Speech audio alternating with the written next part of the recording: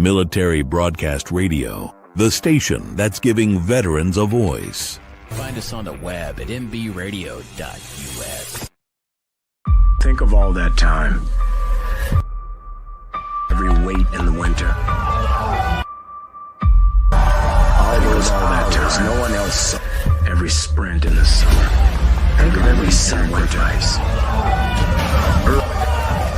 Early mornings on the levee. Late nights in the film room. Bus rides to playoff games. Every bump in the road. Every moment of ecstasy. Every moment of doubt. Years wondering, is it all worth it? It's all led to this. Man, I got this. It's a 60-minute drive for a 60-minute game. After all the miles we've traveled, we're almost there. After all the hours we've worked, one more can make us legends. After all that time, this is our time.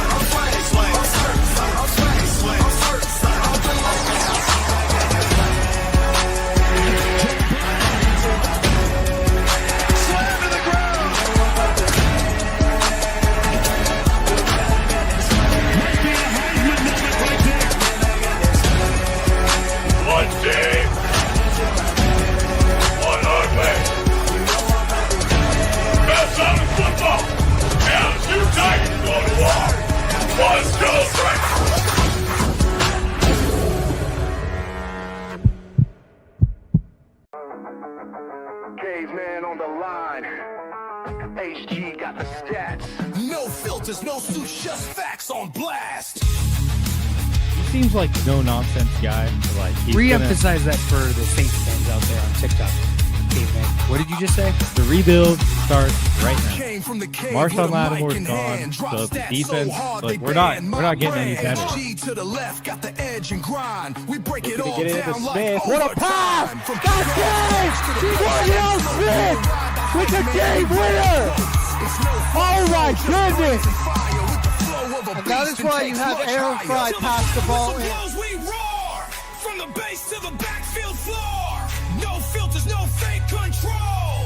We So really, like you have you have the best quarterback in the league, arguably, the best wide receiver in the league, and you've got the best edge rusher in terms of total sacks in the season.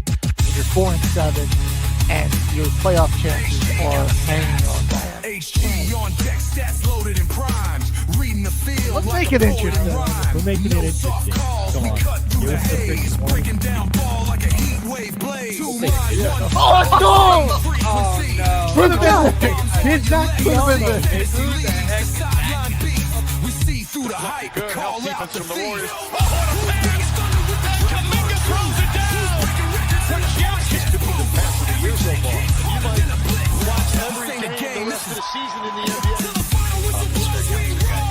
So don't you go saying that you're never going to see that. You're such a hater.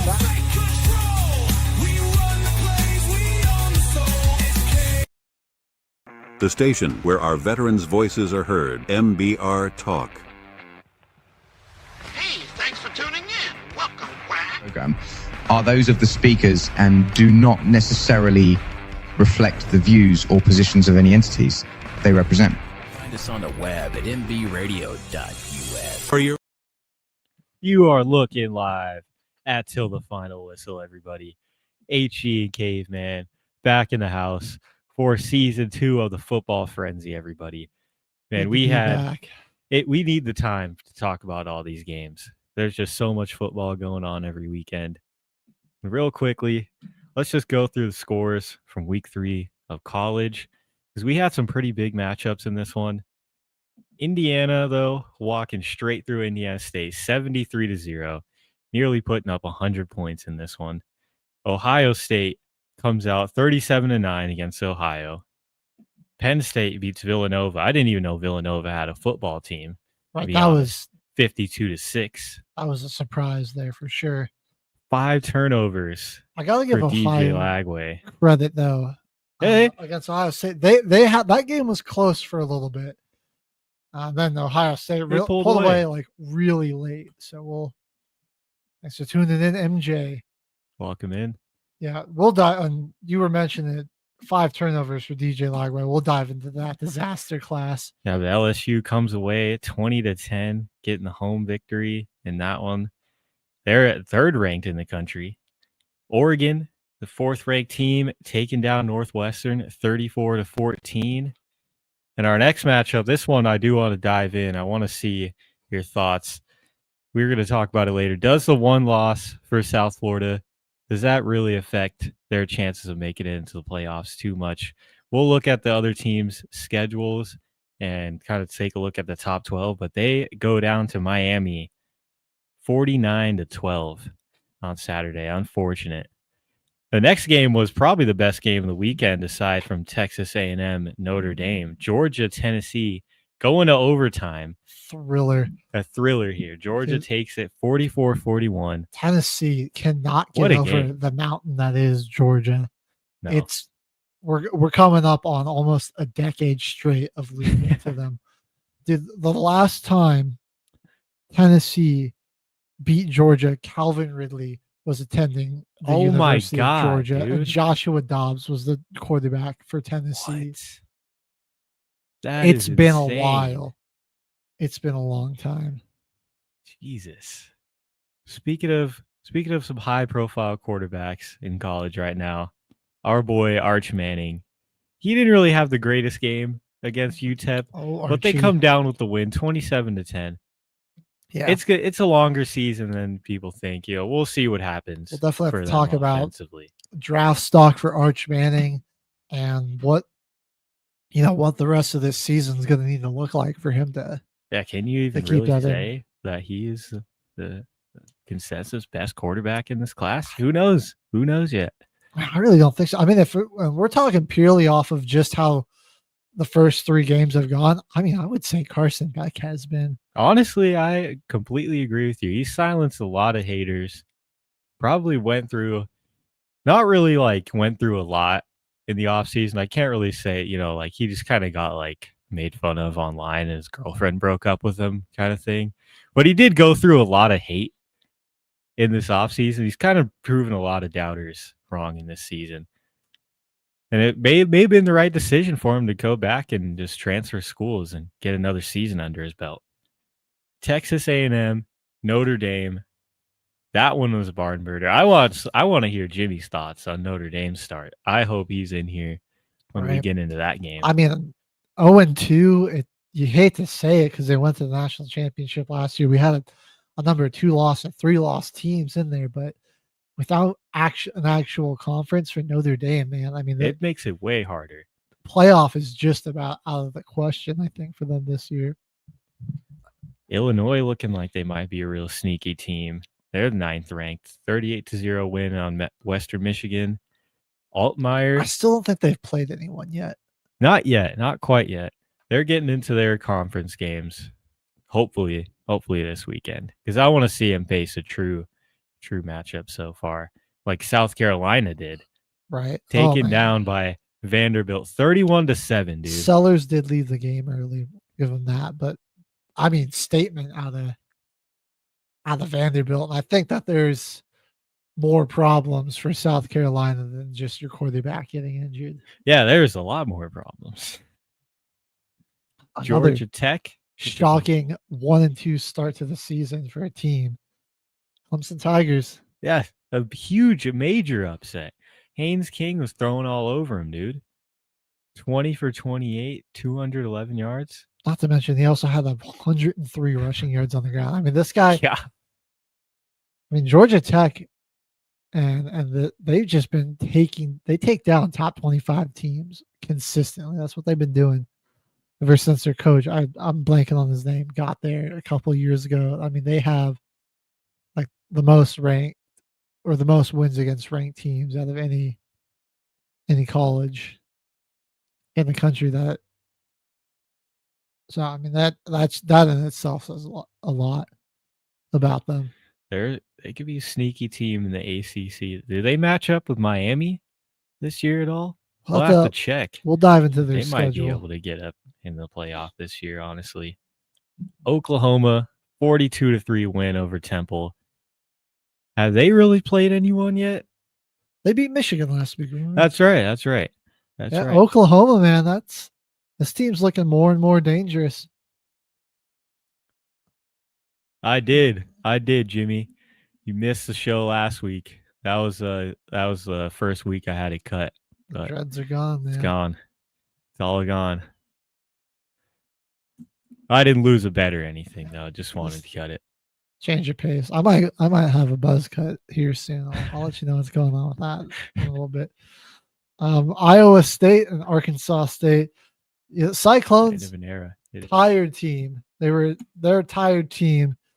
You go international game, so you had an extra week of play, and then you just against a conference or a huge rival. Then you have the in-state rivalry with Iowa. Just a real long early stretch of the season for them, but they got the victory. And I think they've got a bye week coming up here. No, that's not even true. Dang. We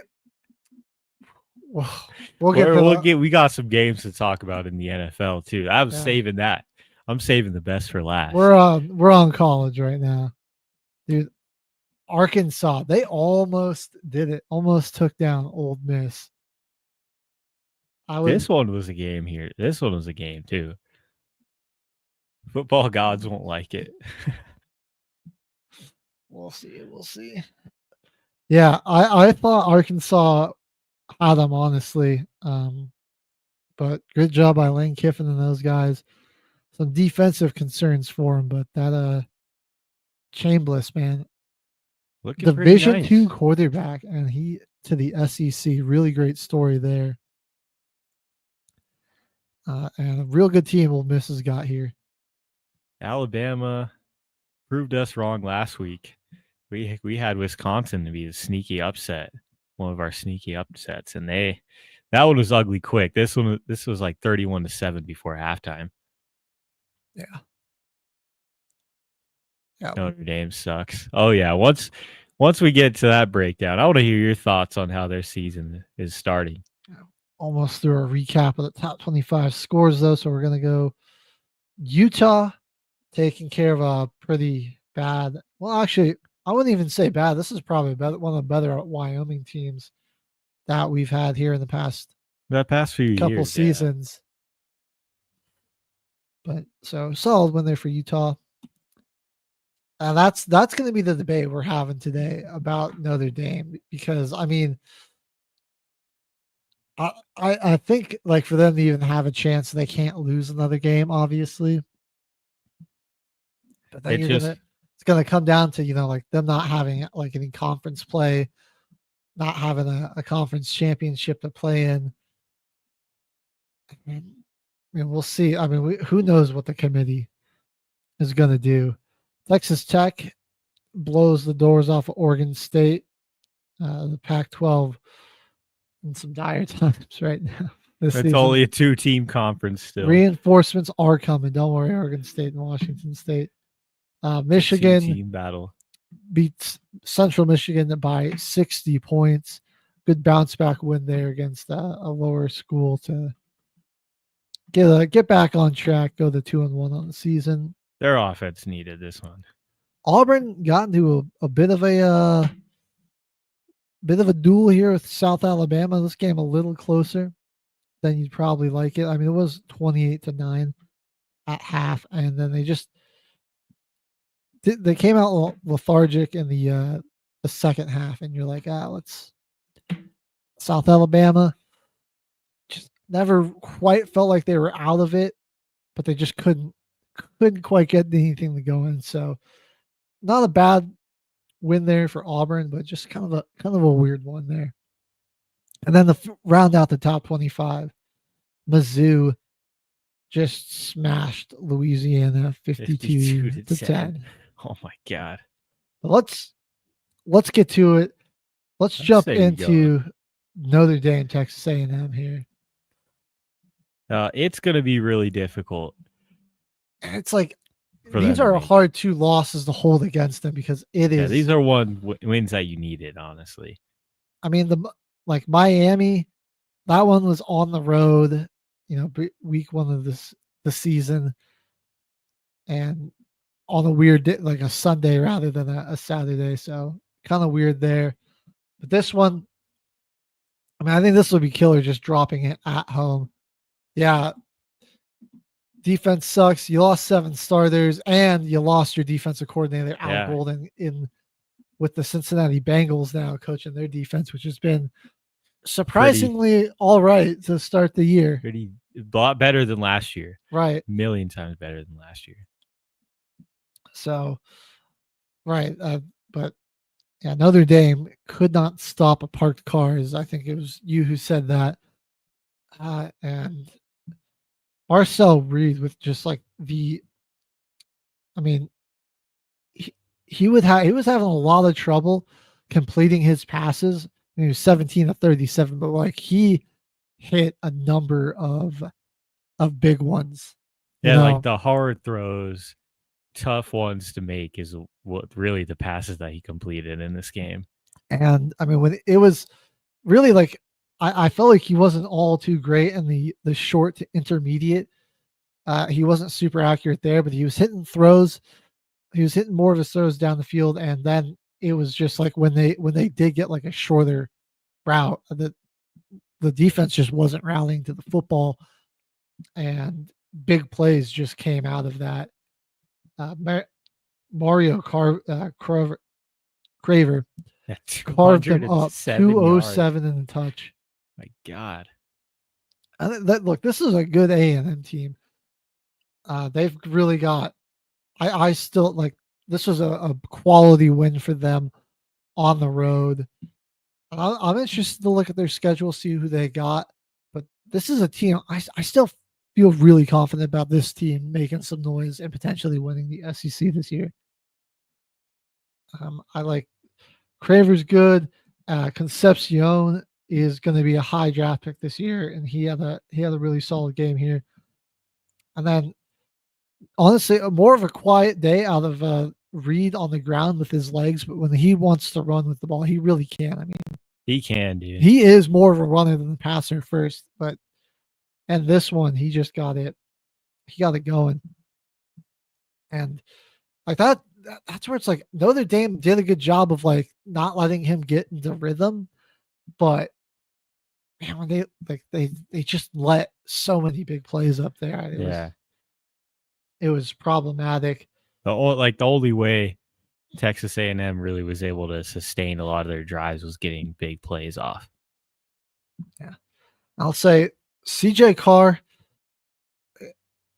It's tough you guys couldn't come out with a win in this one because he's definitely a better quarterback than Riley Moss is, or Riley Leonard was. Oh, for sure.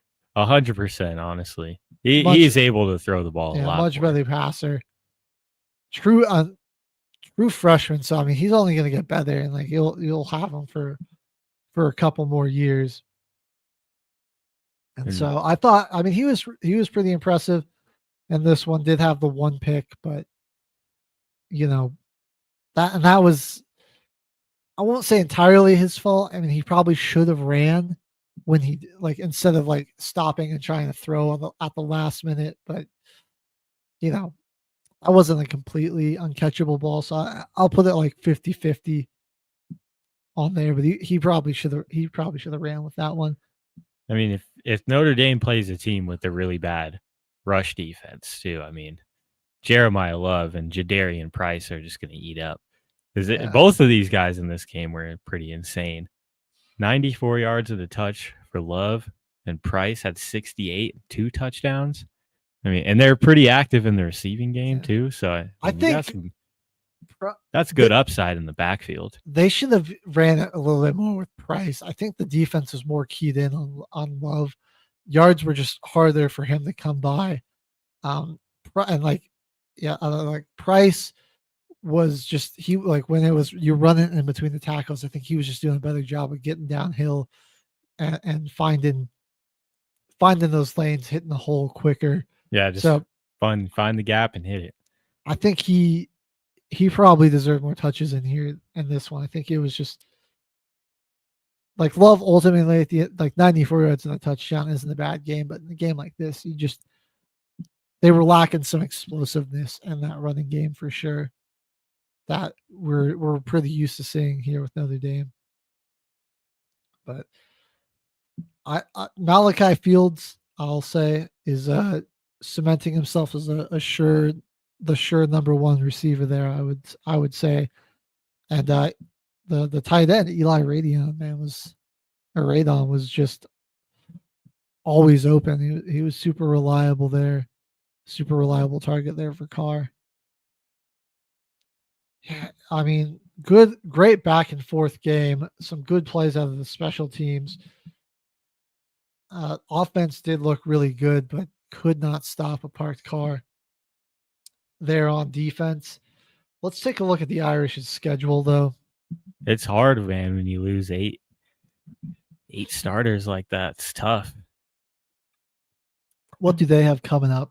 Purdue. That should be, an easier game for them. And then Arkansas. I mean, Arkansas is always a sneaky team. Like they're always. It's usually one of their fellow SEC schools, but they're always upsetting somebody in the top 25. This really could be a Notre Dame team that only does lose 2 games and doesn't make it. Yeah. Just based on looking at the rest of the schedule. Boise, NC State, they should be able to take care of those teams. Only one more ranked opponent. And then USC, Arkansas.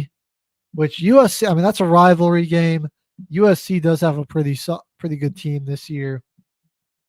So a team that could be, could cause some problems for them. Boston College, they got that. Boston College got that guy that transferred from Alabama who, I don't know. He's pretty nice. So that's on the road. That's a potential trap game there. I think BC certainly going to be solid this year.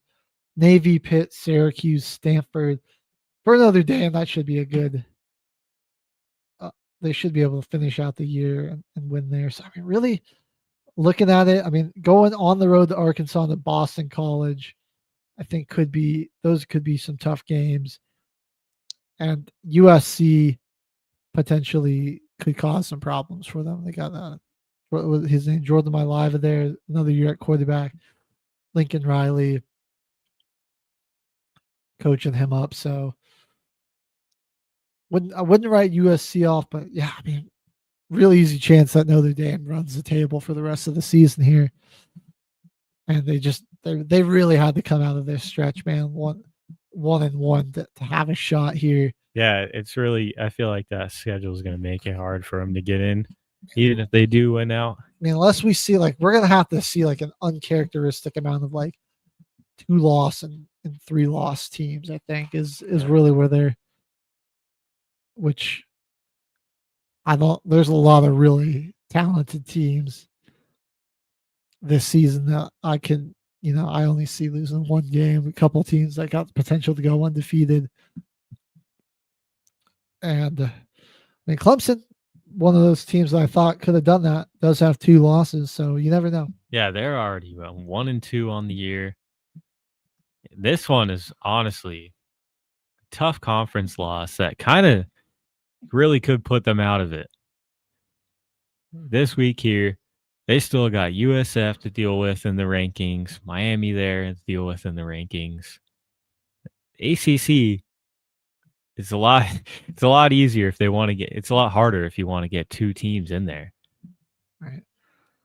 And Georgia Tech, did they make it into the top 25? I feel like they deserve it, man. I'm gonna get the rankings up here on a separate. Yeah, ESPN doesn't look like it has it updated right now because they're not ranked on the site. But let's see. Honestly, they should be. Let's see. I got the apps a little. Looks like it's a little more up to date. They are now. They're 18th in the country. There you go. Irish dropped all the way back to 24th. Man, And Gamecocks are out of the top 25.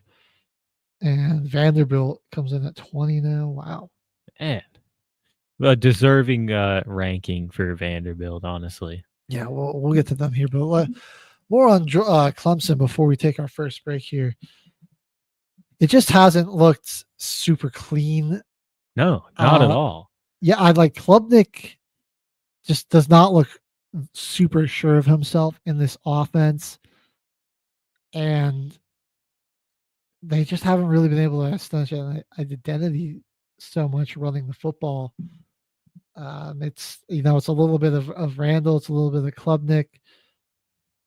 You thought Tyler Brown I kind of thought they might get him a little more involved. And then, I mean, the big problem too, this one at least, was that, I mean, aside from what Bryant Wesco, no one had more than 3 catches besides Cole Turner. Yeah, they just weren't really. I mean, they just weren't getting open. So like Klubnik he didn't have a whole lot of places to go with the football, and it didn't seem like he had a lot of trust in anyone other than West Coast. So things are not right with the Clemson offense, and the defense certainly a little better, but like Georgia Tech just controlled the ball, and I mean just did whatever they want. Yeah, ran it down their throats for a lot of the game. Ames King literally 300 all-purpose yards in this game, 25 carries and 28 pass attempts. They're just putting the load on his back too through this game for him. That is insane. Like, not a crazy difference in time of possession, but it felt like it. It just felt like Georgia Tech had a lot more meaningful drives and was getting a lot more of what they wanted on their possessions here. So the Yellow Jackets, and I mean, we got to give them like credit where, I mean, Clemson did put them in a tough situation there on that final drive. Fire drill, run the kicker out there. Fire drill, deal for a 55-yard field goal. It was 50+ yard field goal to win it. Drilled it. Right. So I'm gonna just pull up Tech's schedule here real quick. See where they got the rest of the year. Right now, I mean, Miami obviously is dominating. Clemson has taken a tough loss, another tough conference loss, or their first tough conference loss. So, I mean, there aren't too many tough games here for Georgia Tech in terms of conference play. They don't got Miami. They got Temple after this, and then they're gonna go. They got Wake Forest, Virginia Tech, at Duke, Syracuse, at NC State, and Boston College, which might be their 2 toughest on the road or away conference games. Home against Pitt, and then they end the year home against Georgia, a team that they took down to the wire last year. Man, 8 overtime game, which is absolutely amazing. This is definitely a Georgia Tech team that could even beat Georgia this year, but them having to play Georgia at the last game of the season every year makes it like almost impossible for them to like win their conference or like make the playoffs, because if they're like 1 game away at the end of the year, that's like make or break, win or lose, and then they just go and like Georgia steamrolls them, then their entire season was like for nothing. So they got to play one of the toughest matchups in like the entire college football last game of the year every year. On the flip side for Clemson, I mean, I don't even foresee this being potentially their last loss. Like, they have a good chance to maybe drop 2-3 more games. Got to go. They got a home game against Syracuse after this. We got to go to North Carolina, who, I mean, got blown out week 1. They've beat up on some some group of 5 schools the next 2 weeks. I think they played Richmond, who isn't even in the FBS. But, they're getting some confidence, so who knows what type of team that'll look like at that point. Boston College, again, just like they're going to be a sneaky tough team, and especially like you got to go on the road. You got to go to BC, so that's certainly going to be a tough game. Easy one. Home against SMU, but like SMU again is still another a solid team. Took them down to the wire in the ACC championship last year. Still got Kelvin Jennings. They're starting to get some things figured out. We'll see if they build on that through conference play. So that could be a tough one. Duke, they can probably handle, but then you got Florida State. And then you got to go to Louisville and to South Carolina. Some of their final games of the year with Furman in between Louisville and South Carolina. This is a good, on paper, it's a really good Tigers team. So they should get it figured out. And if they do, I've got faith in them to win most or all of these games. Because again, I thought this would be a team that was stacked and was going to be able to, go undefeated and be the front runner for the ACC once again. But if that team that doesn't an unsure quarterback that doesn't have a lot of trust in his receivers, and then a defense that can get worn down by a strong running game, if that team keeps coming out to play each Sunday, I could see at least 3 more losses easy if they can't get that nailed down.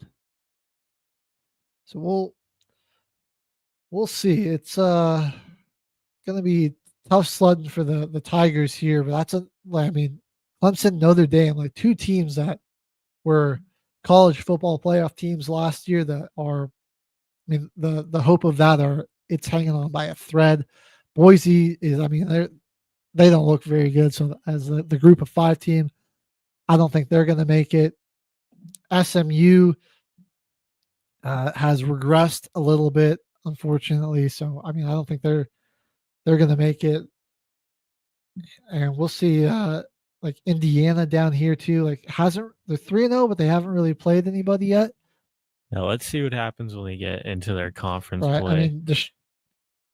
Beat Old Dominion, destroy Kennesaw State and Indiana State. Real test is coming up next week. They got Illinois. Then they go to Iowa, to Oregon. Home against Michigan State, who's got a really good team. Eases it up a bit with UCLA and Maryland, but then you got to go to Penn State before you come home for Wisconsin and then end the year on the road and Purdue. So, yeah, I like looking at that schedule. I think Illinois could beat this team. I think Oregon beats them. Penn State. Oh, yeah.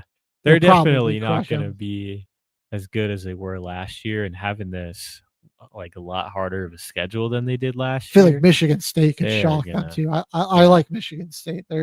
It's going to be a tough year for Indiana in this conference game. So, right there, where that's already looking like 5 teams that we had from last year that aren't going to make it. Already out. All right, we've been coming up on the half-hour mark, so we're gonna have more college football breakdown coming up for you. Texas, another team we're going to talk about potentially missing out on the playoffs again. We'll see. We'll discuss that and more coming up here on Till the Final Whistle Football Frenzy. Don't go anywhere. It's season 2 debut.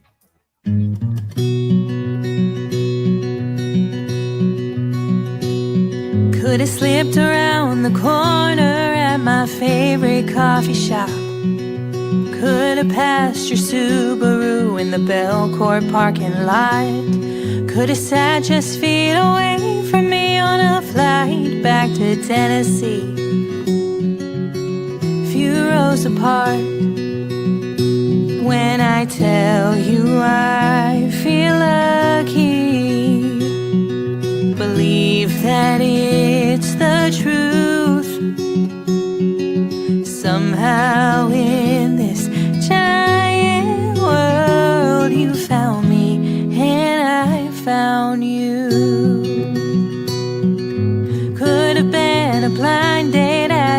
cancel, I was running late. Could have never been that friend of a friend. Could have almost met a million times, lived totally separate lives, and miss all we've ever been. When I tell you I feel lucky, believe that it's the truth. Somehow in this giant world you found me and I found you.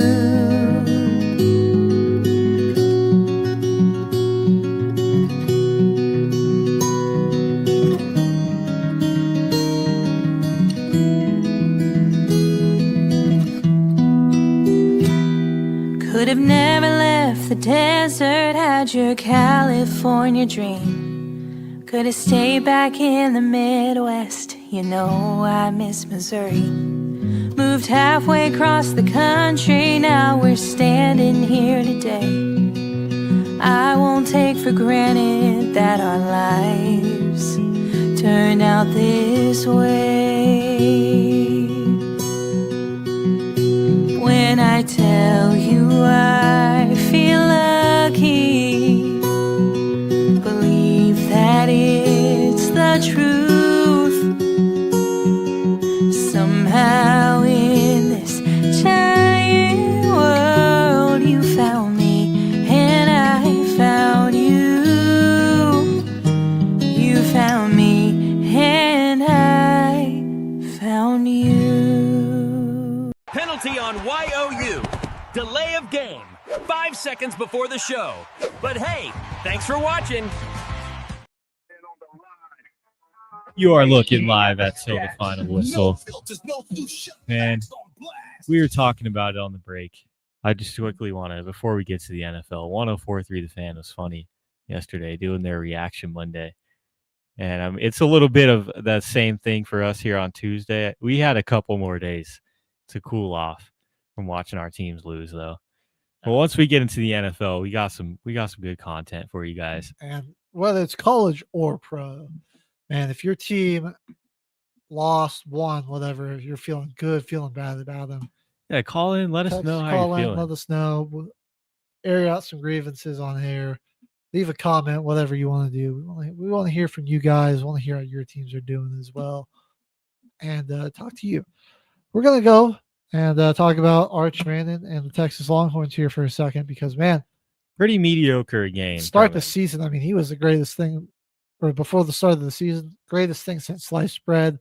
A lock for the #1 pick.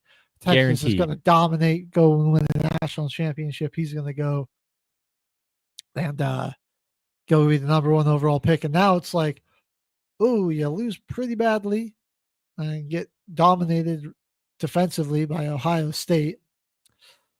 Then you come out against San Jose State and you beat them. You beat them by 31. So then against UTEP, yeah, it's a 17-point win, but man, like ugly 17-point win here. I mean, it wasn't really pretty. He really, like, in terms of passing, got outplayed by Malachi Nelson. If you know, but Nelson just like had looking at the stats, two picks. But, like, it wasn't like UTEP's defense was doing anything incredible. So I don't like a ton of. Don't really see any future NFL stars on there. You know, you never know, but nobody was really jumping out. 11 of 25 for only 114 yards, and getting booed at halftime. He did give you 2 touchdowns on the ground, threw one in, 51 yards rushing. But Texas, it has not looked the way everybody thought it was going to. Yeah. It was a guarantee around all of sports that Texas was going to be top dog in the SEC this year and just kind of run the show. And I mean, this week for sure just kind of proves like they won by 17, but they could, when they get into their conference matchups this year, is Archie Manning going to play the same way? Because Well, we're gonna he's- see them lose a lot of games if that happens. He's still eligible for more years of college because I'm thinking like I think it's going to be a disappointing season. Like I don't know, like 8-4 or something like that. You get a bowl game, and then if I was Art, like I would play another year under Sark if I can. And like I don't know exactly what his eligibility is, so I'm not. But if I feel like I think he can. If you can, I mean, like we'll see. Maybe they get it turned around and it looks really good. But I'm not seeing that. And if it is the case, you're gonna probably make more money being the starting quarterback at Texas than you are dropping to like a 4th, 5th round pick. And being a backup. I could see, yeah. So you get Sam Houston next week, and then Florida. If could be another DJ game. Lagway is not at QB, that could be a dangerous that could team. be a dangerous game.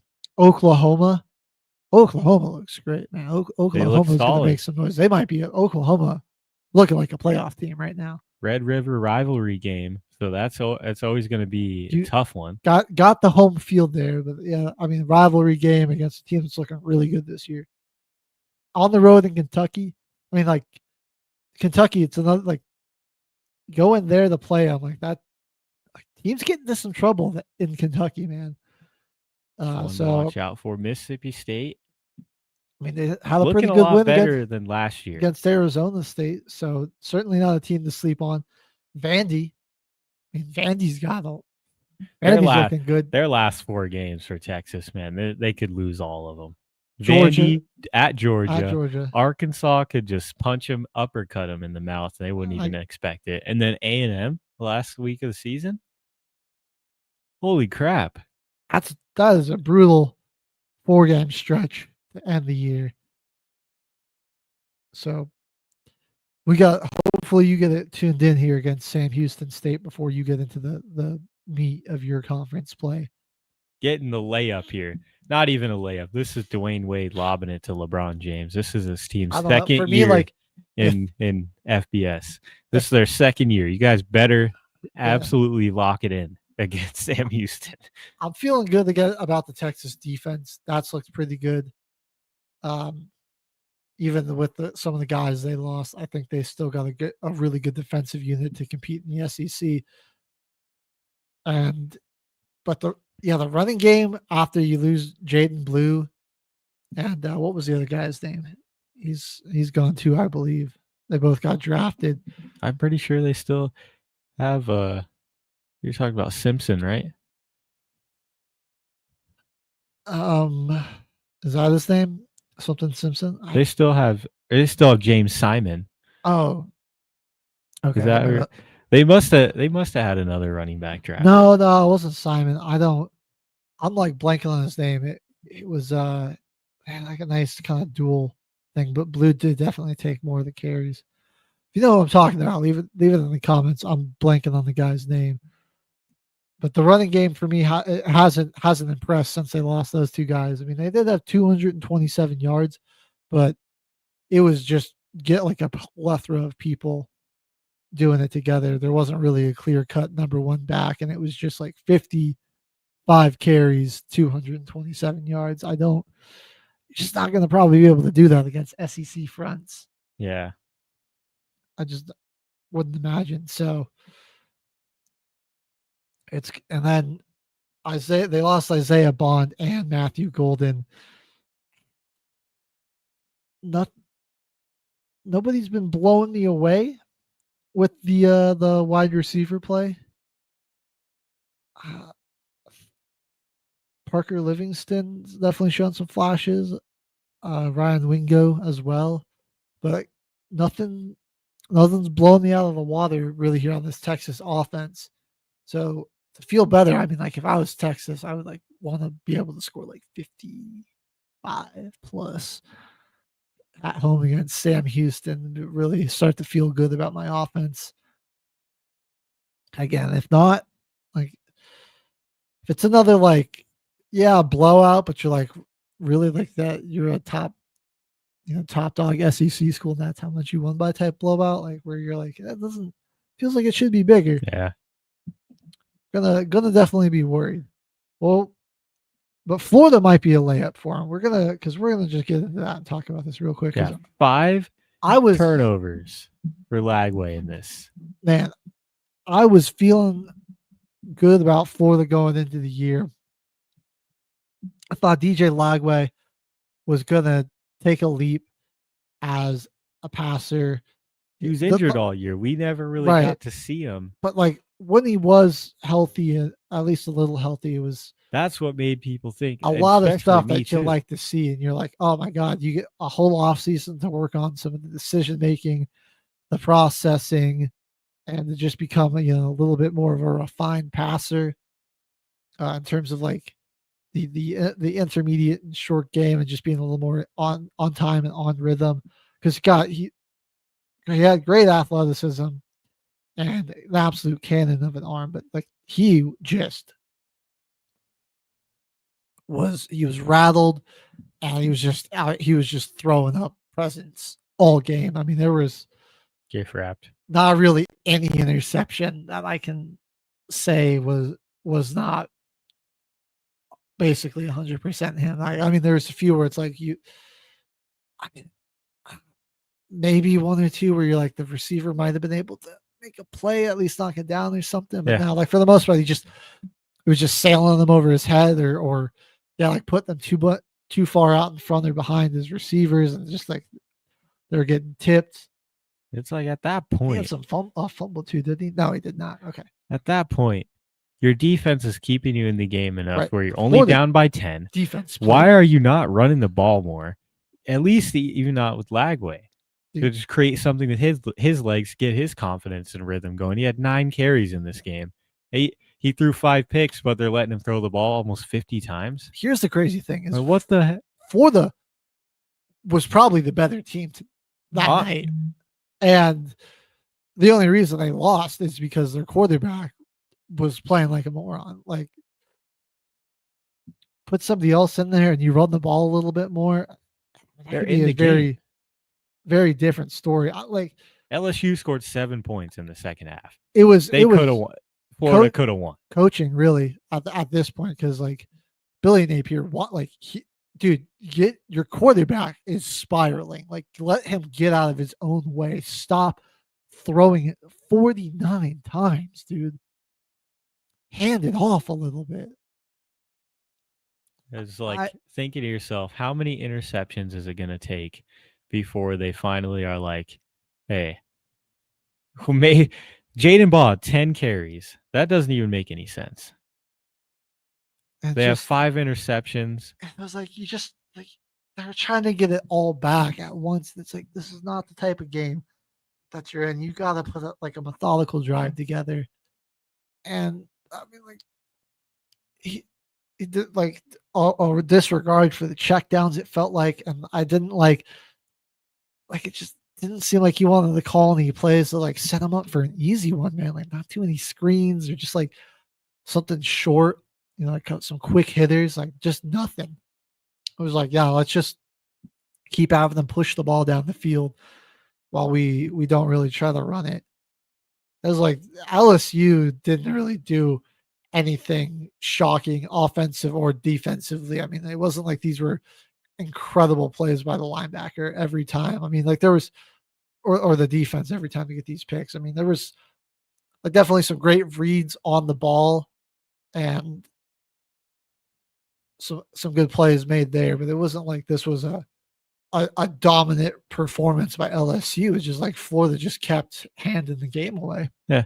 The funny thing, check the time of possession and see the glaring difference. How Florida had the ball 37 minutes of this game and somehow loses by 10 and has 5 interceptions. Right. It's 37 minutes to 22.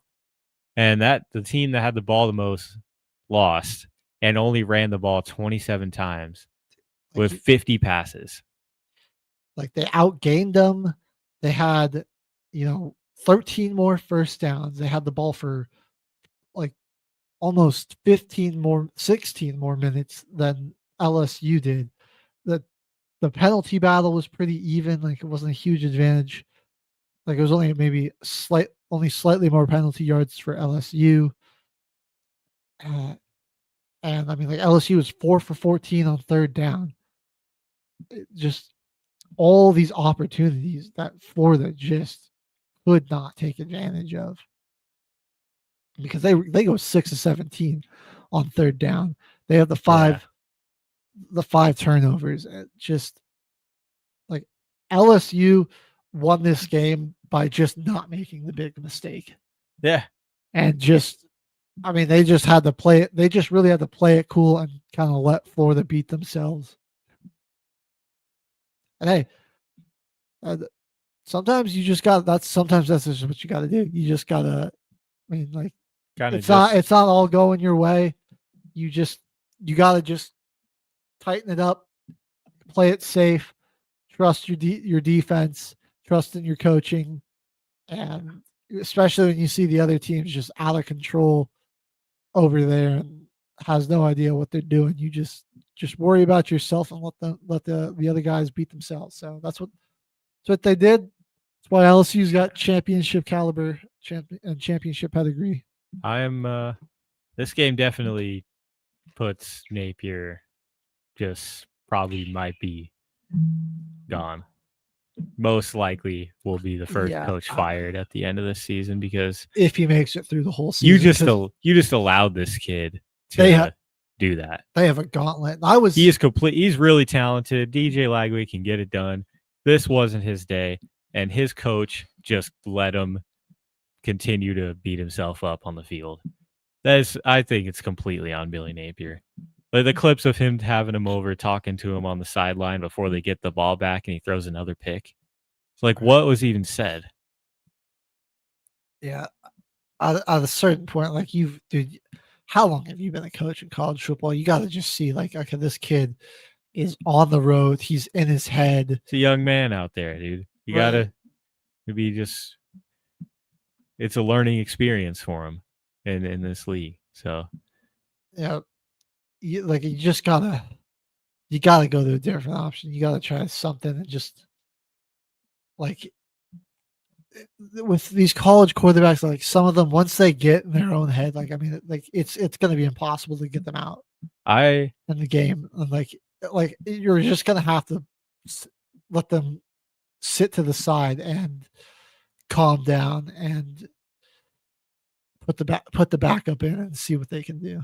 Yeah, it's like, what would you rather the headline be for your team as a head coach? Would you rather your star quarterback throw 5 interceptions be the headline of the week, or you bench him after a couple and maybe you only lose by 3, you get the final possession of the game and the backup can't get it done, or maybe you even win it? You're only down by 10. But really, it's like a simple decision of really his job is on the line here, because last year, despite their injury, they were in a lot of games. Still a pretty solid defense. Great defense. I mean, because Florida, their defense held them to 20 points despite LSU having a lot of short fields and a lot of good opportunities because of all the picks. And they only gave up a touchdown in the second half. And in the second half was when a lot of the picks were thrown. I mean, I don't know who Florida's DC is, but once LSU had a couple of good successful drives, but I mean, after that, man, he really got shut down. He really shut that down. I mean, it was tough to work with. But it was tough to work with because you had all these interceptions being thrown and putting you in a tough situation as a play caller, and he got the job done. But Napier's coaching and play calling, and then Lagway's decision making, disastrous. So that's probably our first coach fired this year. Definitely. Gonna jump over, keep it in Florida. South Florida Bulls, Miami Hurricanes. All right. Don't pop the champagne just yet for South Florida. Look, tough opening stretch of the season. You gotta play Boise State, former playoff team last year. Got to go to Florida. 3 ranked opponents in a row. And then you get the Hurricanes. And I think we all probably saw this coming. The Canes got a sick defense. I mean, they made USF so one-dimensional. And I mean, Byron Brown didn't play terribly. 274 touchdown and a pick. It was the fumbles that were really killing him, though.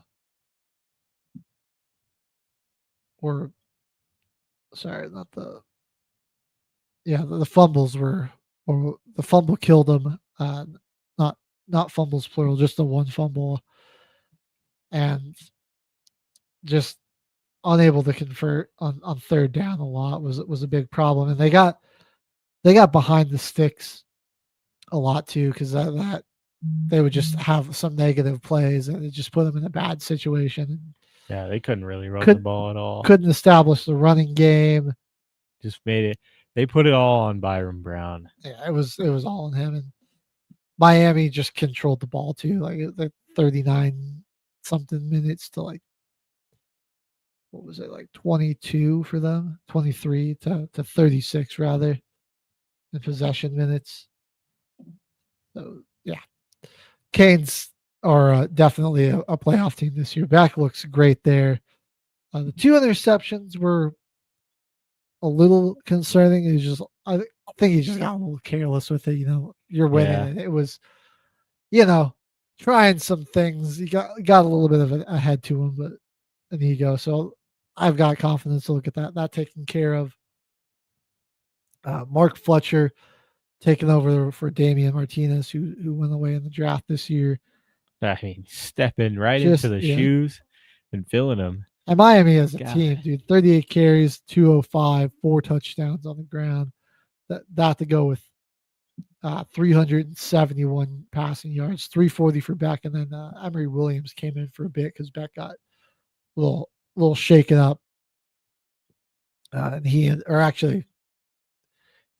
that was late in the game, and they just brought the backups in. He threw two passes for 31 yards. But Miami just really dominant here. But South Florida, gotta say, seen a lot of great things from them still. Okay, they could still be the group of 5 team to represent. They're second in the American here, and all right, you got South Carolina, who might be missing their quarterback, so that's another team that they could pull off an upset on potentially. And then you get in the conference play. Well, that's South Carolina State. Oh, never mind that actually. So they should take care of business there. Charlotte's not looking too good in conference play. North Texas could be a bit scary. I think, especially they're on the road with North Texas. North Texas is a good football team. They're going to be tough to beat here in the American. They also got to go to Memphis. Memphis, another one of those American teams that I think is a front runner to win there. And then they got to go to Navy. And that's another tough one there. But I mean, they should be able to take care of business against Charlotte, against UTSA, against UAB, against Rice, South Carolina State, FAU. So you get in those 3, take care of all those other opponents, and then in those 3 road tests, come out 2-1. I think will be pretty crucial. But they can do it. Come out 2-1 out of those 3 games, and you're basically locked for the American Conference right there. Or honestly, I feel like we could see a lot of teams get fleeced pretty hard on making it to the playoff this year. Yeah, I really think. I mean, we'll discuss this here in a bit, but just like where that group of 5 playoff team is going to come from, Yeah, like what conference you get one of these lower ranked conferences like the American? Do you go with another school like the ACC? I like the American, we know with the format that one group of 5 conference winner gets to make it, like whichever one's the highest ranked of those. And 6. Where are they going to come from? Probably not the MAC. I'm not going to lie. I don't know if the Mountain West is going to do it again. I kind of want it to be USF, honestly. It's one team that we've seen so far from these conferences, the smaller ones that are, really able to put up a good fight. Like someone out of the Central USA, like a Tulane maybe. That would be Or is cool Tulane too. the Sun Belt? They're in one of the. I think they're in the Sun Belt though. Okay. I'll have to go check the conferences. I can't remember. Tulane's got a good team there too. That's another one that might be able to make it. But like a lot of good looking football teams in the American this year. And well, we got one other big game that we really got to cover, I think, before we start looking at some of the next week's matchups, and that's Tennessee and Georgia. Going to overtime, or only one of the weekend. Tennessee just can't get over the hump, like you were saying. It's been over a decade since Tennessee's been able to beat them. I'll say like Joey Aguilera. Basically Tennessee and UCLA did the trade. Nico Almayalda went there. Aguilera came here. It's been great for him. Terrible for Nico. Why would he go to UCLA? That's what. Like, you got paid more money to just be on a worse team. Yeah. I don't really get that. It's been painful. They're 0-3, I believe. But really surprised. Like, Georgia's a team that I didn't think would be like they would, if their defense faltered, that their offense wouldn't be able to keep pace if it turned into a shootout. But they proved a lot of people wrong with that. Tennessee, I mean, they keep getting leads on Georgia too, and then this one they were up 21-7. First quarter, and then Georgia comes back, takes the lead in the third, and then it's just back and forth, lead changes. Stockton, super efficient, 23-31, 304, 2 touchdowns, and then they just backfield, like committee of backs and ball carriers, man, 55 carries for 198. That's honestly what beat him. It's another game with over 10 minutes of possession time difference here. Right. Or Georgia's their run game, their depth, honestly, in the backfield is really what kept them in this game. They just kept churning out yards. Didn't matter who they gave it to, they were going to get a positive play out of it. And then, Stockton converted a lot on third down. What was that third down efficiency for Georgia? Georgia, 8 for 17. Yeah, they were pretty good there. And, would either get a field goal range or get a touchdown. 2 for 2 on fourth downs also for them. They were able to hit a couple of big passing plays when they needed it. I'll say, though, Chris Brazel, emergence of a star, fantastic game for him. The 6 catches, 177. Yeah, he 3 went touchdowns. off. Just an absolute, maybe the best deep threat wide receiver in the country. Just mossing, future, NFL prospects and just going off on them here. So 10 penalties too for Tennessee. Another one that just beat him. They had 82 yards and opportunities to potentially put Georgia away on the missed field goal at regulation. Yeah, they just still can't get over that hump. Josh Hubel has yet to beat Kirby Smart and the Bulldogs since he got to Rocky Top there. Which, brutal. Just a brutal loss for Tennessee, especially that you're at home. You get up to a 14-point lead. This was looking like it was going to be the year, but until you can beat them, until you can prove you can beat them, you'll never be able to get over that hump. And a couple of some costly turnovers. Yeah, that'll do as it. well too. That really zapped some promising drives for Tennessee here. Yeah, Georgia, man, that's another team with some that will be a huge threat for the national championship. Because, man,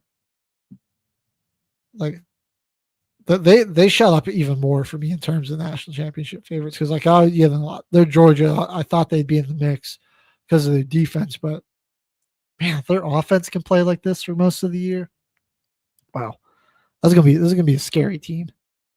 They're usually not too electric in their passing game. They're very simple and they like to run the football a lot and keep it conservative, not take too many, shots in the deep intermediate passing game. So we're seeing it's more of like a flashy style that Kirby's bringing. I like it. Let Gunner Stockton throw it around a little more. Getting a little more. I feel like he's gotten a little more of the reins than what Carson Beck had last year. So Georgia, Texas A&M, SEC championship. Should we book it? Honestly, what's the odds on those two teams making it right now? I feel like that's a pretty good matchup. Yeah. Georgia's sitting second in the SEC behind Ole Miss, who actually has 2 conference wins so far on the year. And they got one of those against the Razorbacks. Yeah, Arkansas this week. I think will be our last matchup here to cover. Arkansas played them tough on the road. They went down into Oxford, Mississippi there. I just want to see Ole Miss do well this year and kind of be sneaky team in the SEC just from Trinidad Chambliss. This dude tore it up as a Division II player that comes in as an SEC quarterback and has had a really good start. Yeah, no difference.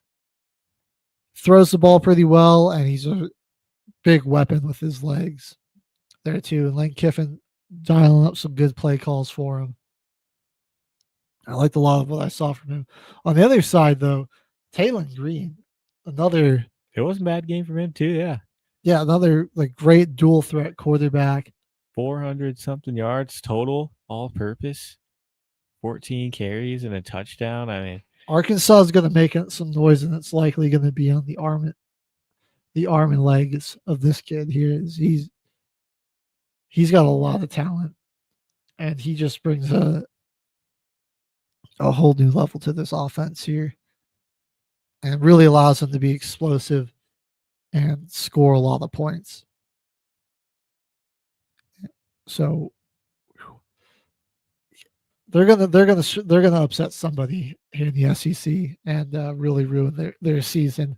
They play a lot of teams that are really going to need that win at the end of the year is who Arkansas really has to face too. They got Texas in those final 4 weeks of the year. I don't know if defensively they've got the depth to really hold up and win enough games to make some playoff noise, and they'll probably, but 9, maybe even 10 wins on the season. And definitely within a few years, they could be one of the top dogs in the SEC and keep adding depth and building around Taylon Green. They'll be 10's really out there, but you got Memphis, and then you got Notre Dame. Tough game at Tennessee, Texas A&M, Auburn. That's a brutal stretch. LSU, Texas, Missouri to end out the year, and LSU and Texas are both road games. Damn. But maybe who allowed that schedule? Maybe 8 wins. I could see them beat Memphis. That would be their third. Beat Auburn. Surprise them. That's a home game for them. Beat Mississippi State. So that would be put them at 5 wins. They better be getting paid from playing these SECs and some of these schools, man. They got a freaking hard schedule, dude. That rivalry game against Missouri that they lost last year, I could see them taking it that year. So there you go. That's 6. Let's throw in an upset here. They upset Texas, gives them 7, and then you know what? I hate to say this, Jimmy, but the Irish drop a third one. They come in there. Ooh. Just that'll be the 8th. It's a home game for Arkansas. That's definitely a trap game. But 7, at least 7-5, I think, for this team. But 8-4 is well within the realm of possibility. Let's go and let's just take a bigger look at the standings here in these Power 4 conferences here. So we'll go to the SEC first because we were already kind of talking on that one. So obviously, Ole Miss right now in the lead. You got LSU behind Georgia, third place. Vandy there in fourth, and then the rest of the teams that haven't had a conference game yet: Auburn, Mississippi State, Missouri, Oklahoma, Texas A&M, Alabama, Texas, and Razorbacks, Wildcats, Gamecocks, Volunteers, and Gators. All the teams that all down have here at the lost, bottom, yeah. with a loss in the conference. Yeah, I still like my A&M Georgia Bulldogs pick. That'll be my pick for the SEC championship right here at the week 3 point. The Big Ten, a lot of that's going to be an interesting one here. Yeah. Oregon at 1 here, followed by USC, Illinois, Indiana, and Michigan and Maryland up there. Nebraska, Ohio State, Penn State still there. I mean, this one, a lot of teams here haven't even played conference. Only 4. But once Big Ten play starts is when this is really going to shake up. Who are we liking here for this? Do we think Ohio State makes it here this year? I want to go and say Ohio State, Illinois will be your final. But I don't want to sleep on Oregon too much. Ooh. I don't want to sleep on Oregon too much. Let's see, man. And Penn State's not bad either. They didn't really lose too much of their team to the draft other than Abdul Carter. All right, they still got Singletary and that other guy there. Drew Aller still carving it up for him. Wow, this is a tough one to call here. Man. I'm going Illinois. I like the bold prediction. That's my prediction of the day. Illinois has got a pretty tough schedule. They've got. Oh my word! They could beat Indiana, but they do got to play Ohio State. I mean, actually, they could beat Indiana. They could beat USC. Never mind. I got them in Indiana. I flipped around. I mean, they might only have one loss to Ohio State. I can see that, Caveman. The Illini, man. A Big Ten. I might just keep my eyes on that all year, dude. Ohio State. That's gonna get crazy. Like Penn State here. Penn State's definitely tougher. They got Oregon, they got Ohio State, and could probably beat Indiana. Take care of the business against the rest of these teams on their schedule here. Yeah. Michigan State, Nebraska, Rutgers, Iowa, Northwestern, UCLA.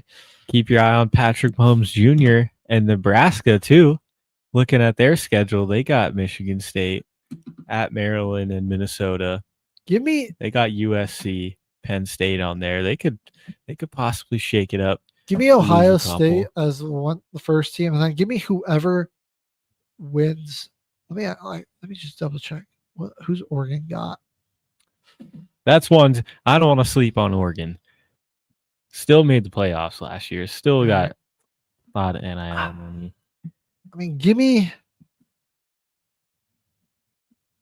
Man, I don't know if Penn State's going to beat Ohio State this year. I just always seem to drop that game. It's like James Franklin's curse is in big games. Give me Ohio State, Oregon. I might feel differently if Penn State wins that, but I just think they're going to lose to Ohio State again. We'll see. Maybe I'm wrong. Hopefully I'm wrong, but I don't think I am. It just as our guy Jimmy says, the curse of the bald coaches. All right. He's kind of on to something with it. I can't lie. I mean, it does make a lot of sense. You see where he's coming from. One conference I think is going to get weird this year also is going to be the Big 12. Because Big 12 is going to be the so front wacky. runner for a few people that we know, Mohawk, had Kansas State pretty high chances, pretty high odds of winning the conference. I mean, at this point, I don't want to count them out. They could get in there with four losses, make their conference championship, but they let North Dakota score 35 points on them. Like if their defense has to match up against any other, quality level opponent, I feel like it's going to get pretty ugly for Kansas State, especially without your running back. I mean, it hasn't really been easy for them to get their offense out there and sustain some drives enough to at least like win this one against Arizona. That's one you're heavily favored in, honestly. Team that lost their best receiver to the draft and wasn't really able to make any noise in the transfer portal. Arizona, pretty much where they are right now, third to last in the conference, is where they're pretty much projected to finish out in the season.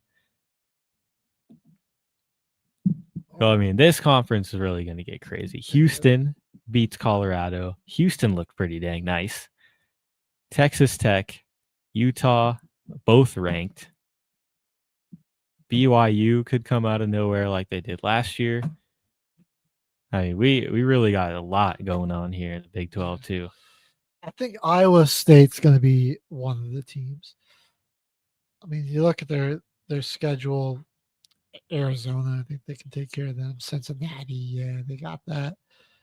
Colorado, Buffs are going to be ass this year. They're going to win like maybe 3 games. BYU lost a ton of talent. Their Resloff is gone. He's in Tulane. They're just not going to be the same team, I don't think. Arizona State could give them problems. Team that could sneak back into the top 25 for sure. TCU might be a little difficult just because it's in TCU, home against Kansas. I mean, they maybe drop 1 or 2 of these, so you're looking at like an 11-1, 10-2 record for the Cyclones. And then my other team, give me whoever wins this game next week between Texas Tech and Utah. That's our big matchup right there. Probably our hugest game next week. The winner after that, each team does get like Arizona State and Kansas State after that, but those are games that these two teams could easily win. So I think the winner of this will just have the big advantage in terms of securing a bid to the Big 12 championship. So I'm leaning towards Utah because they got the home field. There's just a little bit of altitude there, and they're gonna just have. I like what they got going for them defensively. I think they have a really good defense there too. That might give Texas Tech some problems. I just don't see BYU, TCU. They just don't really move the needle for me. Kansas they're all right, but they're just nothing. They're not super threatening. They had a better roster last year. That was completely disappointing. So West Virginia is they'll be average probably. The Sun Devils, I think, could definitely sneak their way back in. But right now, I mean, it's my 3 front runners. I think Iowa State, off to the 4-0 start, will probably cruise to it. And then I think, whoever can get that huge conference win between Texas Tech and Utah is gonna take that other spot there. How about the ACC? Led by Georgia Tech right now. NC State and Stanford all in the top. Wolfpack got a sneaky good team here. Tech doesn't play the Hurricanes or the Seminoles for for the rest of the year. Do they? So Florida State and Miami play here in 2 weeks. So I mean, like Tech's got a relatively, like a lighter schedule just in terms of who they've got to play. Like Florida State, besides that Miami and Clemson, really, like some lighter opponents in conference play. And so, I mean, and like they're all teams that they should beat. It's like the same thing here with Miami. Like Florida State's their tough one. They got Florida next week, but like Miami's so stacked. Like that Florida State really is the only team I see that game being kind of like That's a probably the only nail-biter. team that gives them trouble. So I got to go with Miami to make it to the end here. Our early season prediction for this one, I'm going Georgia Tech, and then I got to just say winner of the Miami Florida. Whoever gets the win, that'll make the difference. But this one's a coin flip. I'm gonna lean towards the Hurricanes though. I think they just got a better team. I mean, all that NIL money there, it's stacked from top to bottom. They are stacked. And what more do you need to say when you're trying to sell somebody to come to your school? You got Michael Irvin, who's going to be your number one cheerleader for your entire season, going to every game, going crazy. You got nothing more you got to tell these guys. They're going. Big matchups of that we got coming up in the top 25 next week. Obviously, that Texas Tech, Utah, that's a huge one. Man, this game used to be fun. The civil war between Oregon and Oregon State, but now the difference in talent is just so vast. Auburn, Oklahoma, huge early season matchup here. Ooh. And I think Jackson Arnold, he transferred from Bama or Oklahoma to Auburn, if I'm correct. Let me go see. I believe that was. I think so. That's right. Okay. I just had to make sure I had the right school. He did go there, so that'll be a little bit of a revenge game for him. It is in Oklahoma. That'll be a big win for Oklahoma when they really need, if they want to, stay in that college football playoff race. Ole Miss has a good out of conference test here with Tulane. That's an interesting game. Tulane could get scary. And I would say UCF or USF rather are my two front runners for group of 5 schools rather to win their conference. Tulane in the Central USA, the USF and the American. So big game for Tulane on the road. Could be a sneaky one there for Ole Miss. So they definitely don't want to be. They want to have their guard up here. Missouri, South Carolina would be a big win for South Carolina to get back into the top 25. We'll have to see what the health of Sellers is. And Mizzou looking to get a big conference win early in the year. It'd be devastating for South Carolina if they dropped to 0-2 in conference play this early. Got Illinois, Indiana. That's probably biggest game of the week. I mean, this will really be. We're going to really see like a huge game for both of these schools, and just like, all right, like what are you guys really? What are you guys? Nobody's really. They haven't really played anyone yet. I mean, Illinois had Duke, which is nothing crazy, but it is a Power 4 school that they'd handle pretty well. So they've got a little bit more on their resume than Indiana, but like both teams' first real test of the season, and I think that'll be big into seeing who they are. We'll see if Indiana really has what it takes to maybe make some noise to push back for the college football playoff here. Michigan State, USC could get interesting here. What's his name? Aiden Childs, man. Yeah, Aiden Childs for Michigan State. Dude, I like him, man. He's pretty solid, man. A freshman, a sophomore. He's a junior. Okay, so he's dealt with some injuries, I believe, because he hasn't earlier in his career, where he's been a ton. And then dude, Nick Marsh, like him and that Nick Marsh connection, it's They could be electrifying, man. sneaky. Oh yeah, I'm gonna be watching a lot of Big Ten this year. Dude, Michigan State's got a really fun team. Like they're like brutal schedule. Yeah, they're gonna have to play USC. They got Indiana. They got Michigan. They got Penn State. So some real tough matchups where it's like, I mean, I think they'll win a good number of games, get their quality bowl game, and it's just, I mean, they got a really fun offense. They're very explosive. I like Mekhi Frazier as their running back there. Marsh is like another one of those like sophomore wide receivers, kind of the same class as Jeremiah Smith.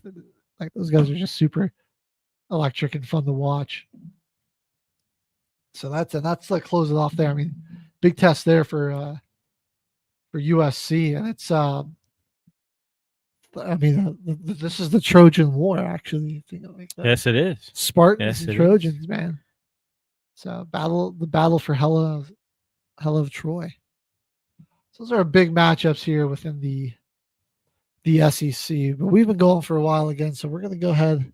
Another break. Get going on our next break. Hey, when we come back, man, HG, you got the floor. Because we're going over to the NFL. Yeah. And I think we got to visit your game first. Stay local, and then we'll cover some of the other ones. I do got a lot to say about the Saints as well. But, I mean, it's less heartbreaking of a loss when your team is probably guaranteed to lose it. You know what I mean? So we'll get it. Stay tuned. We got the full NFL Week 2 recap coming up here until the final whistle. Football Frenzy. And fire with the flow of a beast and takes much hot.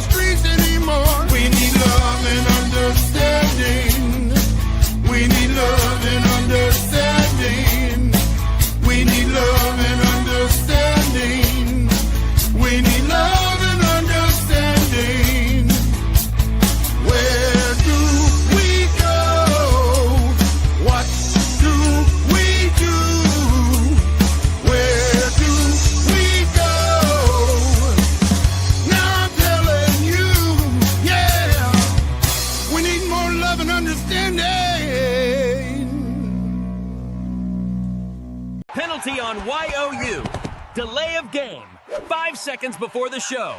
But hey, thanks for watching. You are looking live at Till the Final Whistle.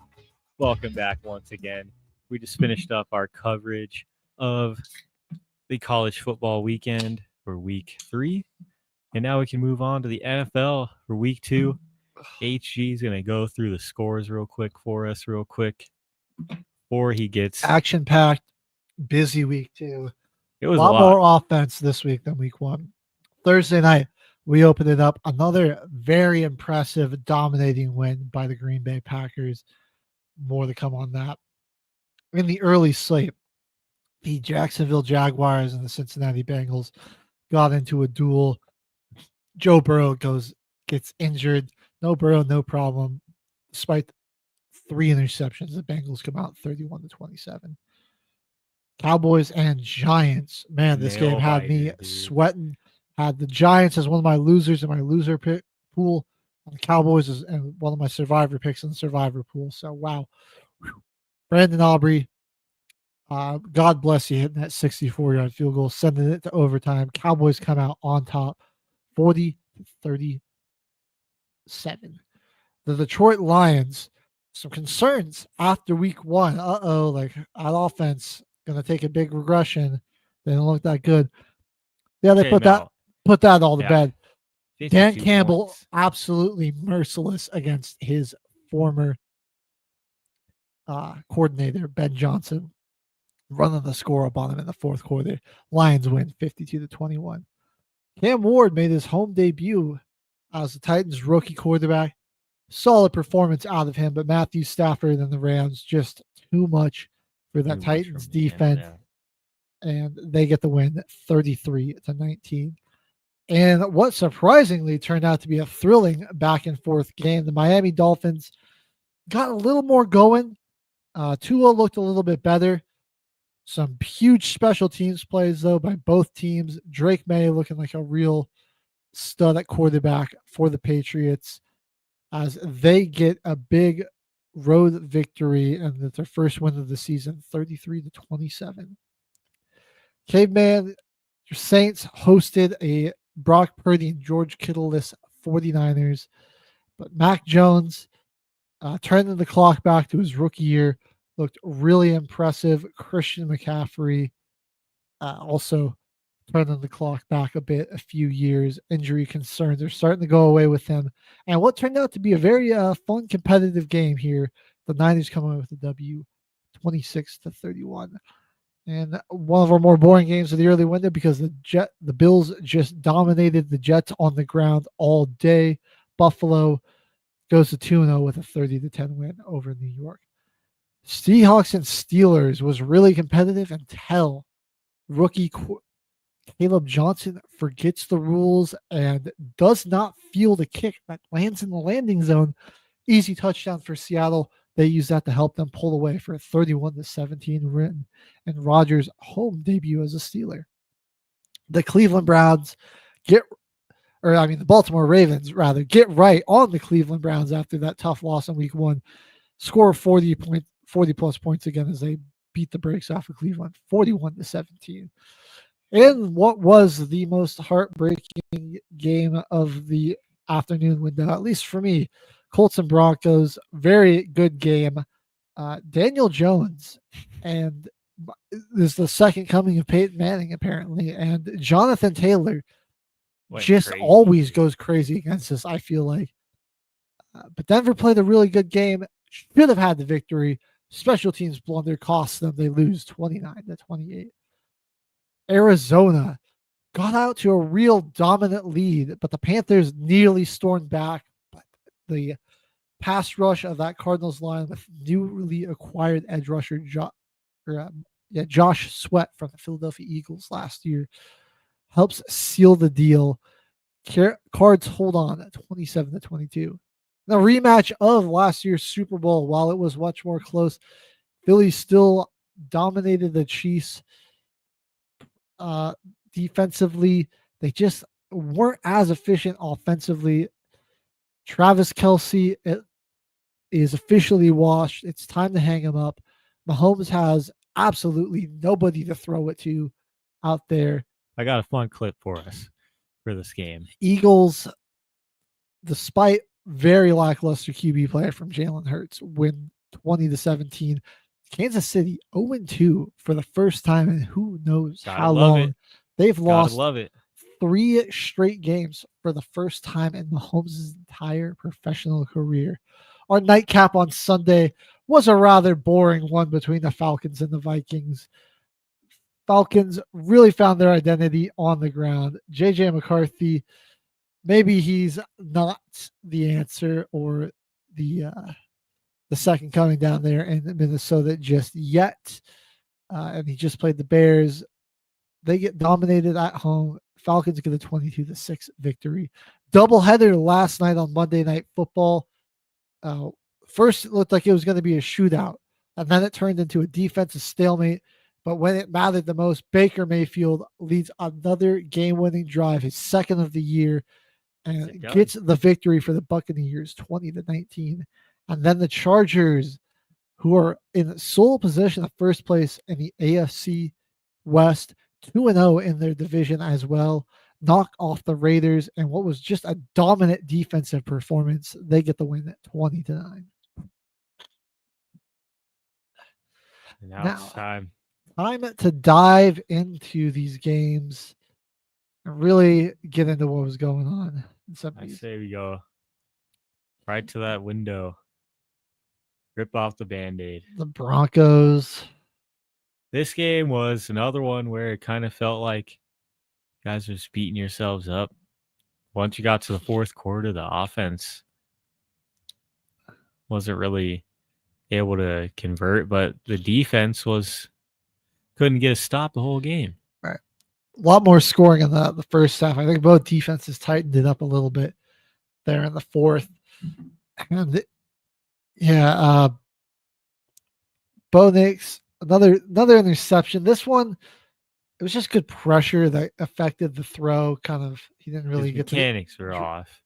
He wasn't really able to get a good throw. Yeah, he couldn't extend his arm fully. Kind of had like short arm it, which caused the ball to sail because there was a defender coming right at him. Jonathan Taylor just absolutely carved this up. He had 165 on the ground. They also caught 2 passes for 50 yards and a touchdown. I mean, Daniel Jones, we got to address it, man.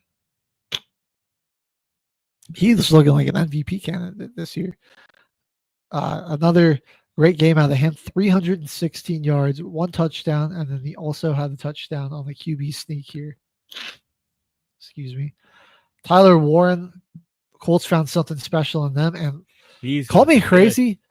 From what I've seen from all of the teams in the South, Indianapolis might actually run away with this division. They look like the best team if they keep playing far. Like this. They haven't punted.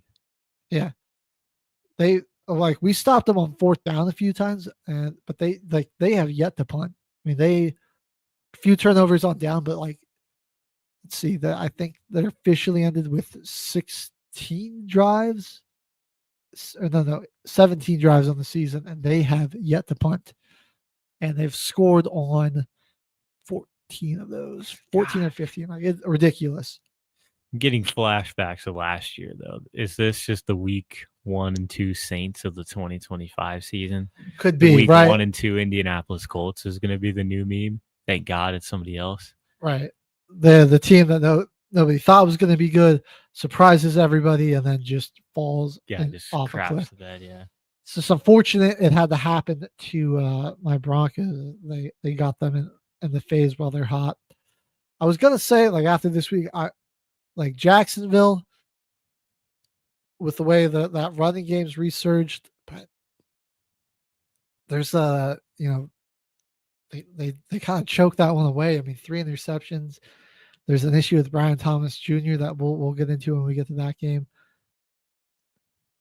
But Indy's got the recipe to be good. I mean, they got a lot of talent and they play good defense. I'm not even really that upset about the loss because I think Bo had a really good bounce back game. He played a lot better. We tried to establish a run. I want to get RJ Harvey a little more involved, man. I think he tried to get him more involved. Troy Franklin and that Oregon Connect him and Bo Nix have is really back. That's And I mean, been we solid. played a good game, and then it was just that last disastrous drive where we had the ball in the fourth quarter. We got it inside the red zone, and it was, I mean, Adam Troutman needs to catch some more flack because what was that stupid face mask penalty? Sent us all the way back to 1st and 25, and that killed the drive. If that didn't set us so far behind the chains, I'm really confident the Broncos would have scored the touchdown there and kind of put this one on ice, go up 2 scores. And instead, we got Lutz out there for the field goal, and he misses it. Uncharacteristic miss for him, which was costly. And he's not entirely absolved of blame. It wasn't like it was a super hard field goal to hit. He just pulled it. But I mean, we should have been walking away with 6 on that drive. I'm confident that we probably would have had 6 because, I mean, Indy's defense, well, I think it's good. We really had them on the ropes for a lot of it. And I thought the Broncos got a lot of what they wanted. Sean Payton was really creative with his play calling, but he wasn't doing a bunch of stupid stuff or getting too cute. I mean, he was just going. He was getting the offense in rhythm and then, taking what he could get from them from there. And so we should have come away with a win here. I thought Sertan, he got hurt early in this, and then I think the injury, he was playing through it, but I think it was bugging him because he just looked a little bit like he was like a step behind receivers a good amount. They went at him a good bit. I mean, he led their team in tackles, so that meant he had a lot more opportunities coming his way. So I think he tweaked something in his leg, and he was good enough to come back and then play on it, but he was just maybe a step slow. And it actually kind of ended up costing us. He played his leverage right with that crosser to not get picked, but I think with the injury, he wasn't able to keep up. He was like a step behind. Was it Pierce? That was Alec Pierce. Alec Pierce, yeah. Got that. It was a huge conversion, and then the Colts, I mean, put them in a spot where they had to kick a really long field goal because the defense actually ended up forcing a loss when they tried to run it on 3rd down. And then this is just where Darren Rizzi, I was so hyped for you, bro. What were you telling the guys before they went out there? Why on earth? Maybe this guy just acted on his own. I think it was DJ Jones, 93. Why on earth are you even why do you even risk touching the center? Yeah, why? How is that not drilled in your guys' heads? This is a 60-yard field goal with a second-year kicker. Yeah, somebody opened up the window in that stadium. That's an indoor stadium. There's 2 missed field goals that got shanked wide right. Why on earth would you even risk touching that? If you're gonna go for the block, I mean, he's gonna have to drive it. It's 60 yards. You can just straight standing jump, not touch the center, and be all right, or go over the guards and the tackles. And just put it on the kicker to be perfect, and he wasn't. And we gave him another chance, and it was 15 yards. Dude, that is not a little penalty. That is a huge. That basically made a really hard field goal for him, a chip shot. Yeah, that was only a 45-yarder. So this is, I mean, this disappointing loss because we should have come out and won this one, and I mean, the team looked the offense looked a whole heck of a lot better. The defense, some concerns, but I think, Riley Moss got burnt a little bit there too. But I think if Sertan gets a week of rest, he gets back healthy, I think they'll be all right. It was just a bad game out of them. I'm not too concerned about it, and the offense looked good. It's just this could be one that comes back to bite us. I really feel like it's a win we should have had against a team that's looking like a potential playoff team right now. Maybe they become this year's Saints. Only time will tell there, but it was a very, very disheartening loss, to say the least. Should have had it. Should have had it. Okay, man. Talking about the Saints. And should we go in Daniel Jones, Mac Jones? It don't matter. The Joneses killed our teams this week, bro. They took us out. They carved our boys up. They took us out. 279 yards and 3 touchdowns for Mac Jones, dude. And he had 6 yards on the ground. He took 3 sacks in this one. We were able to get some pressure on him, but we really did not disrupt. That's what I was going to say about the Broncos. Both of our teams, we really didn't disrupt these guys enough. That's really where they're going to. That's where they're going to make mistakes. I mean, you give Daniel Jones a clean pocket, he's going to make a throw to the open guy. You know, when we were able, same thing with Mac Jones. Like when we were able to get pressure on him, he was way off. But that was one thing I forgot that. Thank you for reminding me. The Colts have a really good offensive line too. It's actually a pretty complete team. Yeah. So really, a lot of it will just come down, I think, how Danny Dimes plays. But sorry. I just forgot to add that point. Back to the Saints here. Man. Another game where we get the final possession. This one, instead of having a chance to go to overtime, we got the chance to win the game. And it literally comes down to the final play, just like last weekend. I mean, for a team that's projected to lose all their games, we really are playing a lot better than I thought we would with this unit.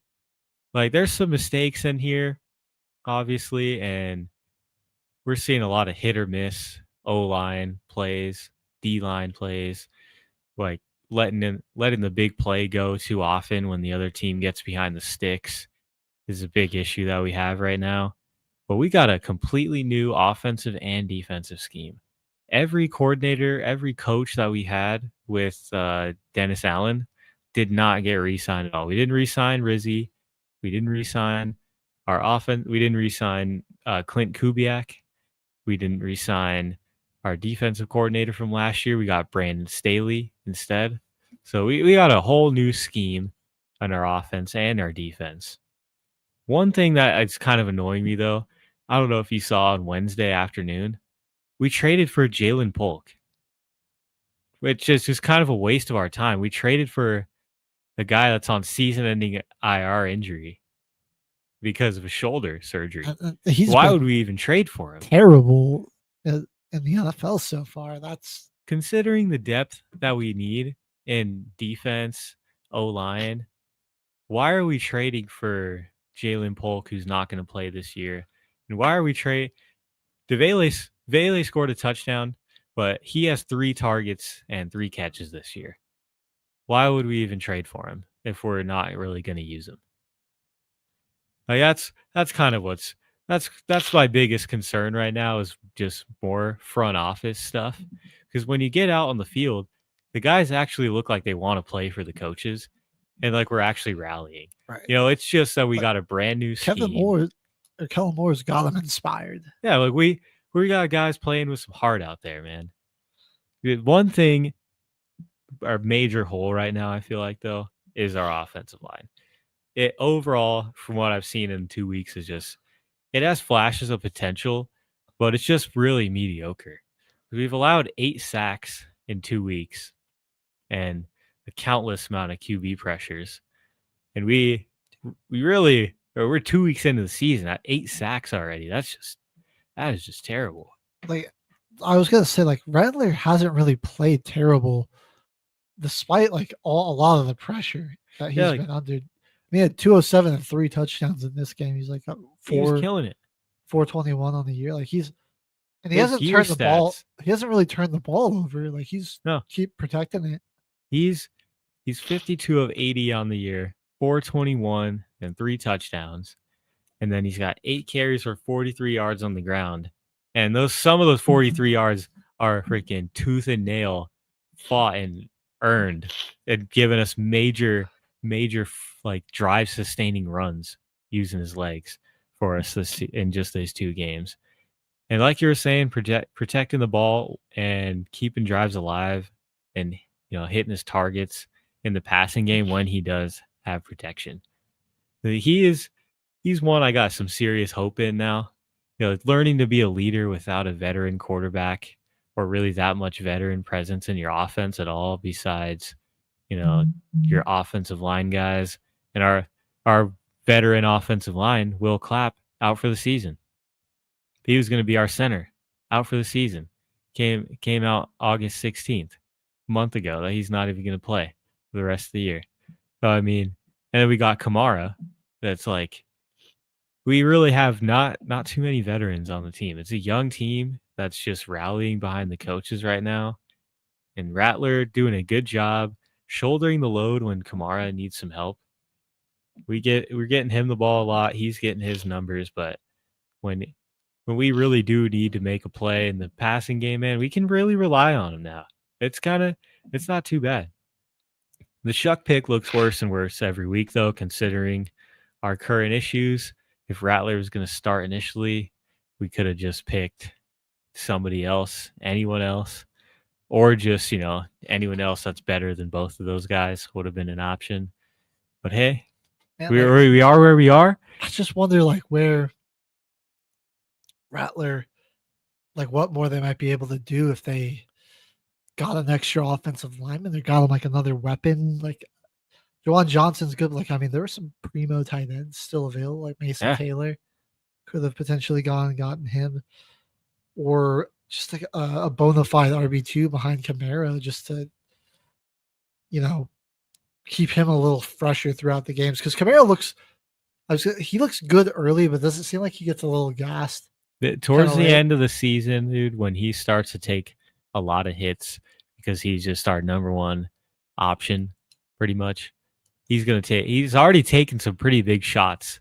This one, second, third carry of the game against the Cardinals, he got laid out by Calais Campbell. Early in this one, got laid out by Nick Bosa a couple times in this game. So, even the premier pass rusher. Yeah. At that spot, and I think this team would be honestly. They can be competitive with Rattler. I just think they're just not super deep anywhere, and that's the biggest problem. They just don't have a lot of depth. We don't have a lot of depth, and the guys that we do have to start on injury is our biggest issues. It shows that we're just kind of in that mediocre range right now where we do give our offense a chance to get the last possession, and it comes down to the last play. But if you saw the last play of that game, 4th and 2, they brought a 4-man rush, and Nick Bosa was in the backfield strip sacking Spencer Rattler and icing the game in half a second. That final play of the game literally looked like there was no offensive line on the field for the Saints, and they were just all right, sick 'em, boys. They just let them get mauled. That's how the game has to come down to an end. But like you were saying about Kamara, the running back room we got with Neal and Miller, it honestly has some pretty solid upside. I just want us to utilize Devin Neal more. That will keep Kamara fresh later in the season, that we can use these 3 guys. He's not getting any younger. We all realize that. And he's only on a 2-year deal. So if we're really going to try and use him, maybe it could be time for Kamara to go in a trade. And if he has a pretty solid year or 2 with us, just in a 3-man backfield, getting some limited carries and receptions, and he's able to stay fresh and play top speed all year and high level Kamara, then we can actually get more value from him with his age. There's certainly some teams that could use a back like Kamara. I think Kansas City actually jumps to mind because their run game has looked atrocious. They're bad this year thus far. I was going to say Jacksonville, but ETN's kind of come back. Dallas, they like what they got with Javonte, but and Miles I could Sanders, see Jerry doing something crazy, going for a guy like that. The Commanders just lost Austin Eckler for the year. I mean, now they're going to be relying on, rookie running back and like Andrew McNichols. So certainly some teams that would be interested. Just on the Niners side, dude, if you can have Mac Jones play like this, Tom Purdy's back, Christian McCaffrey, They'll be in a good 100 spot. total over 100 scrimmage yards, 55 on the ground, 52 receiving, 6 catches and a touch for him. I mean, they're weathering the storm all right with all these injuries they got. I mean, they can just ride it out. By the time they get back to like mid-season, if they're around 500, they could be a real force to be reckoned with.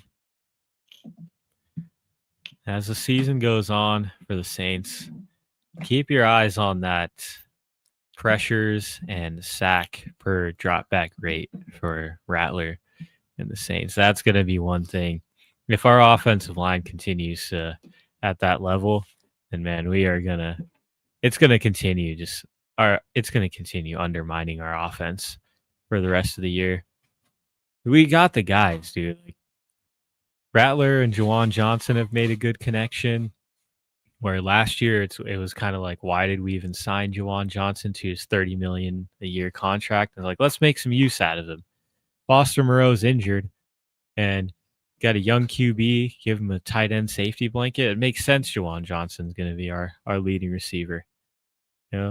Chris Olave is seeing a lot of eyes and coverage right now, but we're making stuff work, dude. We're actually keeping drives, sustaining drives when we got protection, getting some good solid runs. I like the new system that we got too. We're doing a lot of no huddle, or we're just like halfway through the quarter and we're just quick driving you, or we'll get a good solid 6-yard gain and we aren't even huddling up. We're just lining up for the next play on you. I like that like punch you in the mouth mentality that Kellen Moore is bringing, where it's like a bunch of guys with a chip on our shoulder. Let's go out there and just play some good football. I mean, we got the last possession in both of these games. Like we could be 2-0, but man, we could have just got Kellen Moore earlier and started making some moves earlier. Saints rebuild's going to take some time, but I actually like where we're at now. I'm pretty happy. I can't lie. Well, we could be worse. Moving on to another matchup that we got here. Our former host of this show, Jim Covers, Green Bay Packers fan. We'll talk about his Packers on Sunday night, or Thursday night rather. I gotta say, how are you feeling about the cold front nickname for the defense? That's what I've been seeing. This Packers, people are calling them the cold front. Hey, that's not bad. Like that. It'd be nice if they could incorporate something with cheese. But yeah, this defense, that's true, is just sick. I mean, Micah Parsons, like that premier pass rusher, just changes everything for him. I mean, these cornerbacks were they're just so comfortable having their eyes in the backfield because they know like that ball is going to have to come out quick, and they were just driving and breaking on everything. Keyshawn Nixon, and if I had to put in work for this week setup, this guy wins it, and that would make his second appearance on the show. 5 pass deflections in this one. Like that was getting really undershadowed. A huge 5 pass deflection game here. His D line was making it easy for him, dude. His boys were pressuring. 4 sacks out on the day for everyone. A lot of the half sacks because there was like multiple guys getting back there. Cooper, Brooks, Parsons, Barron, Sorrell all had a half sack, and then you had Rashawn Gary and Devontae Wyatt each got credited with a full sack. So yeah, that's not even counting like a guy like Luke Van Ness who could get involved. The safeties of Williams and Kenny, that's such a great duo. I think like people are the Quay Walker, Edgerrin Cooper combination at linebacker is really, really good. Valentine and Keyshawn Nixon as your 2 lead corners are really good. Like his defense is nasty, and it's complemented really well by a great ball control offense. I mean, like Love and them, they're able to go on these methodical drives, but also be super explosive. And it's really impressive to see. I mean, they just grind it out on the ground. Tucker Kraft was just destroying Bobby Wagner yet. Bobby he really doesn't have that in the coverage game anymore, especially against this like a very fast and explosive tight end in Tucker Kraft. This is a team, man. Their offense, when their receiving core comes back, dude, when they got Jaden Reed back, when they got Christian Watson back, their offense is going to be able to just exploit you in so many ways. Like top to bottom on the roster so far, it's like you have so many weapons because Musgrave is still a pretty solid receiving threat as a tight end. No more than he is in their running game. They were using him in the passing game a lot last year too. Like Wicks is crazy fast. I mean, you got a pretty insane roster here, offensively and defensively. Right. And they're proving it too. Oh yeah. There's 2 commanding wins. They did benefit from what I thought was just horrible play calling by the Commanders and just weird decision making. It's like, why, like on a short week on the road, are you like putting so much on Jaden Daniels, like having him throw the ball so much? They didn't even like really try to establish the run. And it wasn't really easy throws they're having to make. A lot of stuff outside the numbers where it's like he's got to put it in the perfect spot for his receiver to fight for it. And it's so, like obviously they kept ending up in like second and long situations, and it just like drives kept stalling. Nothing over the middle for him really. Which I mean that's on the defense of the Packers. I mean, that just kind of locked them down. But and I'm salty about this because I played them in fantasy, but like, why on the earth did you like? They just stopped letting Ja'Cory cross game here in the game. It's even funnier the next day Eckler out for the season. Right. And it's like, okay, they just I'm didn't just like, give my guy the ball. Why? He has a great training camp, great preseason. You're like, oh, this is like one of the best, we've ever seen in years. And then in his debut, 10 carries, 82 yards, and a touchdown. You saw that, and you're like, oh yeah, let's just completely remove him from the game plan next week. Like we're gonna throw the ball 42 times with Micah Parsons out there rushing our quarterback. What? Yeah, I was Dan Quinn. I'm a little lost. I mean, you were down, passing your way back into it. I understand. Like they doesn't make any sense. Outplayed here. Kind of shows the holes a little bit in Washington. The veterans on defense, kind of good for those moments where you got to have your young guys get those coaching moments, but it's also like it's getting hard. It's getting harder and harder, man. Tucker Kraft, 6 catches, 124 yards on poor Bobby Wagner. It might be time to start moving on from some of these guys. Marshawn Lattimore was getting kind of cooked up in this one too. Yeah, I think that the Commanders got some issues where their defense isn't really good. Lattimore hasn't looked great this year. Yeah, Wagner's just he's lost that step. They're all right against the run, but they really struggle in the secondary. And yeah, they just seems like they are lacking an identity on the ground game. So Washington's gonna be some tough sledding, I think, for them this year. Still definitely a potential playoff team, but I don't know. I'm not thrilled with what I've seen from them through 2 weeks. You know what was a thrilling early window game? Russell Wilson. Oh, yeah. Turning back the clock. 450 yards here. Pretty sure that's his most career passing yards. Or pretty darn close. Pretty dang close to it. Almost broke his own record in this game. When people are saying he's out the league. After week 1, A lot of people were saying he looked like the worst quarterback in the league. And this one, Oh, dude, the New York media He wanted got- his head on a pike. They were despising him. He was bad. He was bad week 1. So he really saved his career here. And I'm like, I'm cautious about this Russ game because I'm like, was that him cooking again, or was it the Cowboys defense really that bad? Because there's a lot of plays where you see Dallas, it's just clear coverage broken, where a guy running straight through the defense, just untouched. And it's like, how do they not? They just completely forgot about him running through. Yeah, this was a real quarterback duel here.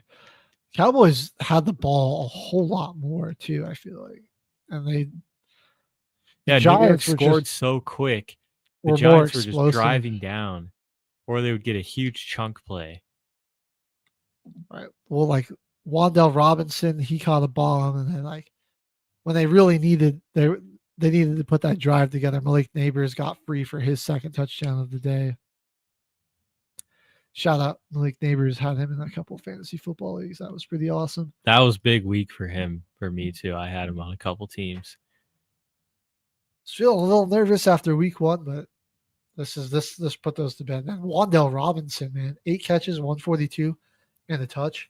Could be waiver wire pickup. Who knows? This could be fluke week though for the Giants. It could be the Cowboys defense just not being all that great this week. What this more indicates to me is I think like the Giants are going to be pretty good against bad defenses. I would still go and get Wan'Dale and Russell Wilson if you're out there in your leagues. There are definitely some waiver wire targets to add. On the flip side, yeah, I mean it was a great game out of Dak besides the one interception, and when he went down and got the go ahead drive to put them up 34-30, and then the defense gave up 41 points were scored in this fourth quarter, by the way, between both teams. Yep. And then defense gives up that huge touchdown to put them down by 3, but he got them. When you have Brandon Aubrey, it's such a luxury when you can just get to midfield, basically have get to the 50 and let him kick it. 64-yarders with all that pressure. Crazy stat about that with Aubrey. He has 2 kicks of 64 yards or more. The rest of the NFL combined since he entered the league has 2. Gosh. Yeah, Jimmy was saying it in the group chat. That's how you survive in advance. I think he is a really solid weapon for this team, man. He is best kicker undoubtedly the best kicker in the league. Best kicker in the league. There's no question, because like he is hitting this with. I mean, that's not only is it incredibly far, there is so much pressure on that kick, and he was, dead on the money. He was just straight down the middle. With that much weighing on the game, that late into it, you're going into overtime for it, and then comes out again and wins it for you. He had a much easier kick in overtime. That was one thing that caused a lot of points in this fourth quarter, was just the tired legs of these defenses from playing and being on the field so much. But then they really locked in. I think the offenses also just kind of were a little sloppy in overtime, and then Russ threw that basically arm punt. And we had like 5 possessions in overtime, which was crazy. I actually had a bet that I lost here. I got caught in 2 trap lines over the weekend. One of them being the Broncos, 2.5 point differential.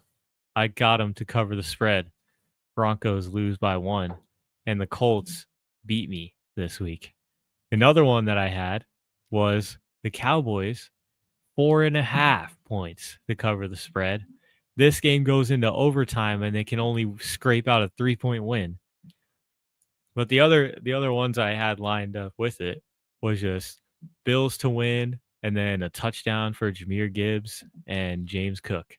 So everything won except for those 2 games by like just a couple points. Just be a couple points off. Brutal. Man, Dallas is going to be in a lot of shootouts this year. That was my takeaway from this game. Most exciting team of the year, honestly. They're going to be in the best It'll games. be some fun games to watch because, oh my God, they're going to be coming down to the wire. They're going to be a lot of points. But yeah, Dak, Pickens, CD, that whole combination looks pretty good. And they found something there with Javonte. I mean, like, I'm hoping he gets a little resurgence for his career there because he deserves it. Now we were going to talk about this again next because we got this is another crazy one, and you did mention it before we went to the Cowboys game. Jacksonville Jaguars and Cincinnati Bengals. The Jaguars, what a game.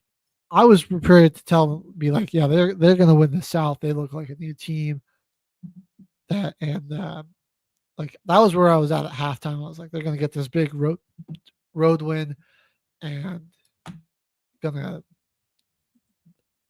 it's gonna be huge. But then they choked away so many opportunities. Well, that might have been my secret way of just getting the Broncos to lose the football game. Then you guys blame Mohawk for that one, Joel. Cursed us, Mohawk. He got some karma. On there. I was talking about the Saints.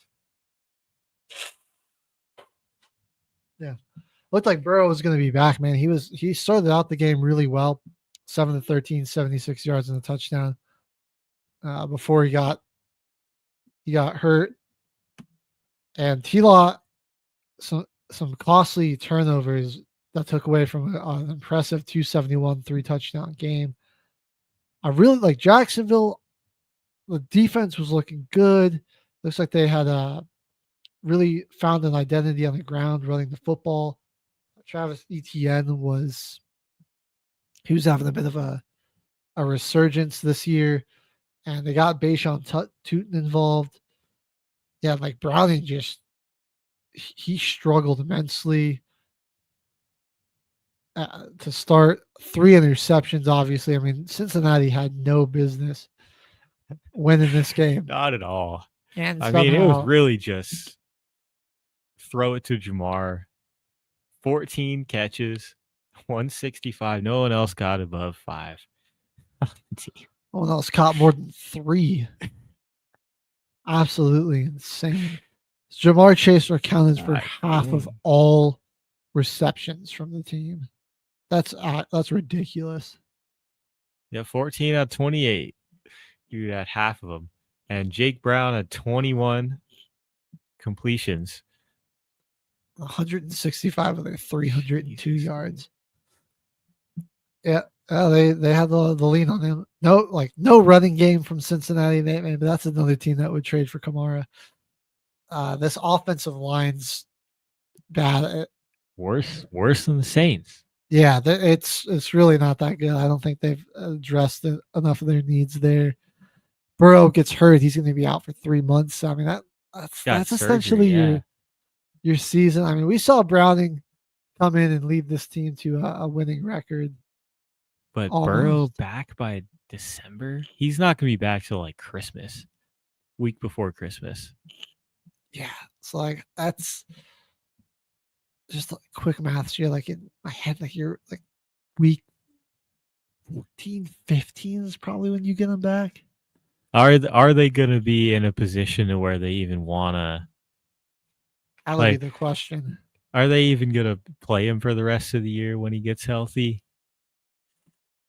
If they're not in the position to even make the playoffs, do you even play him for the rest of the year when he comes back healthy?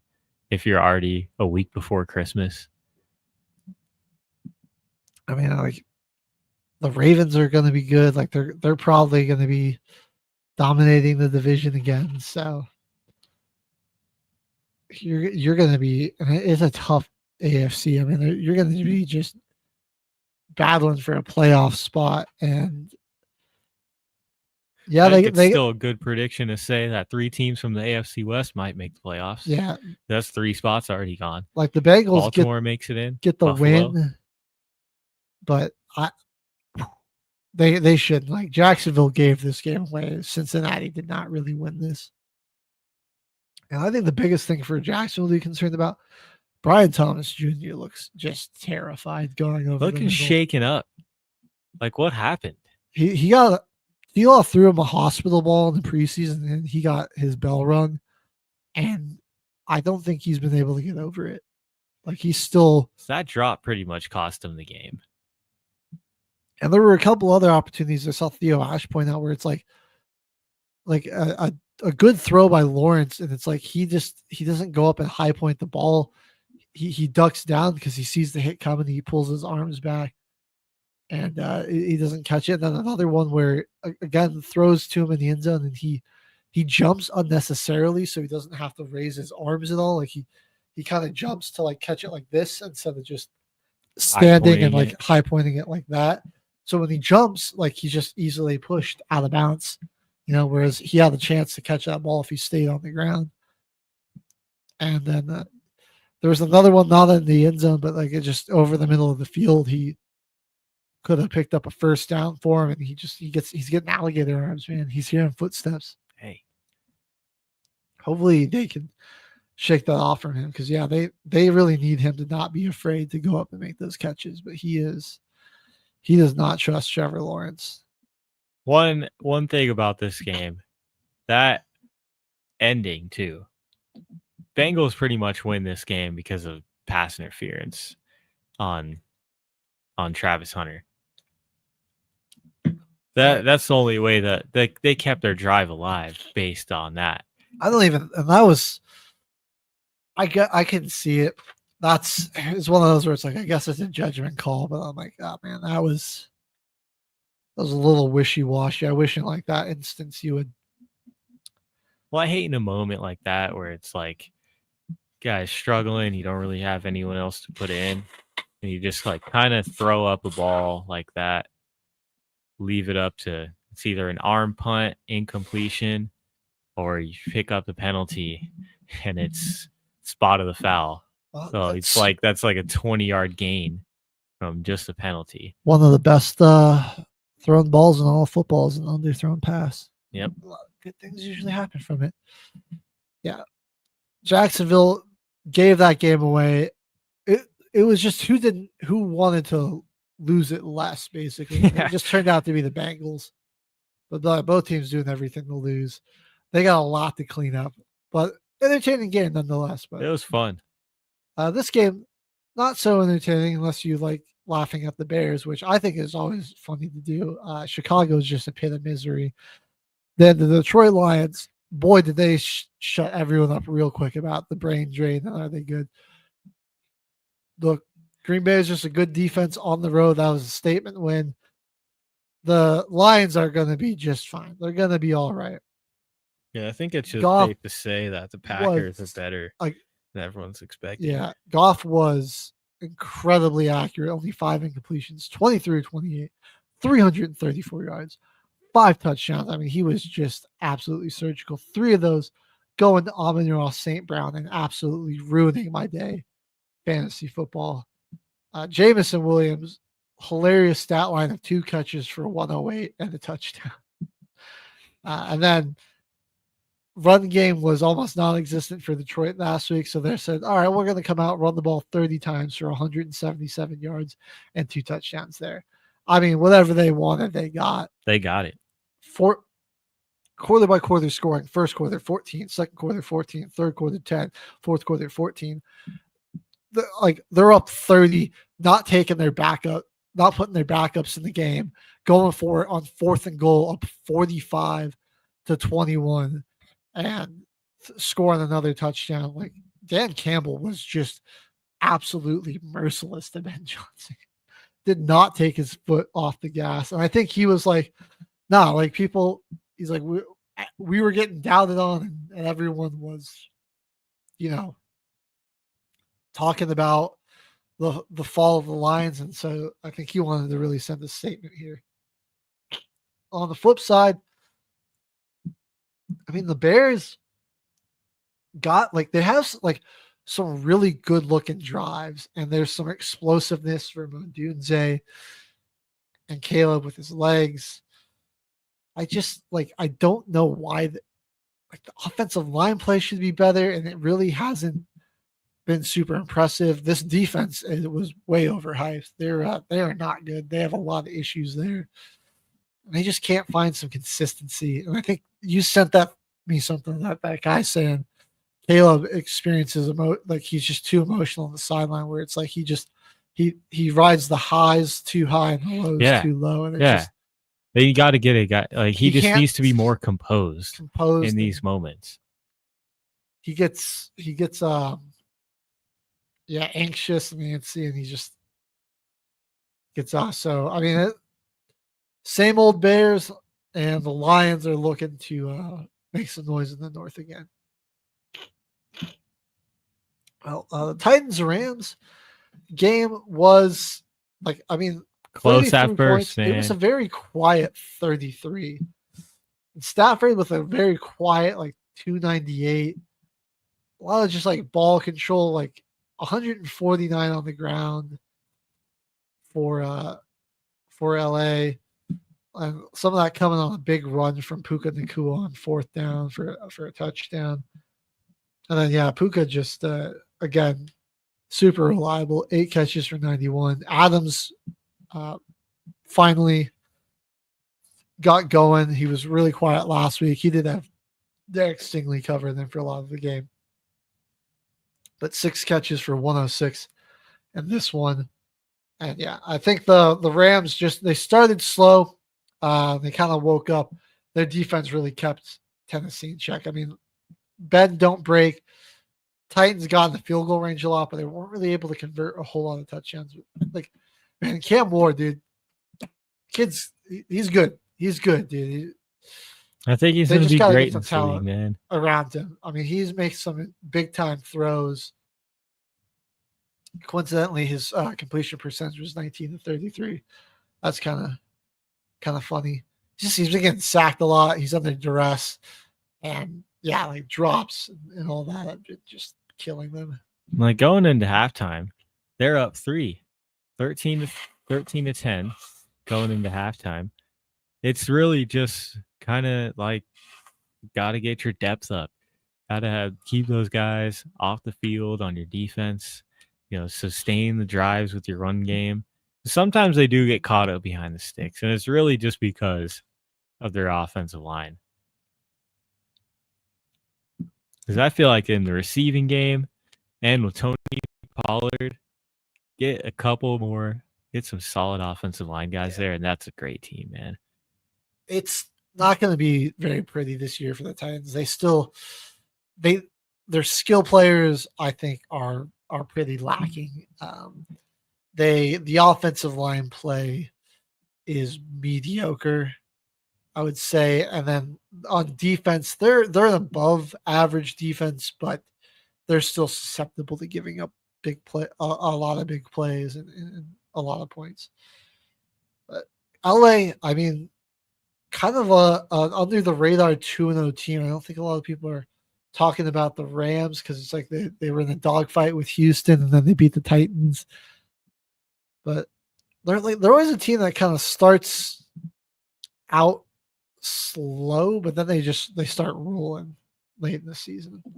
You just watch out, man, because Devontae Adams went off. Yeah, in this one. Oh, it's gonna be something special.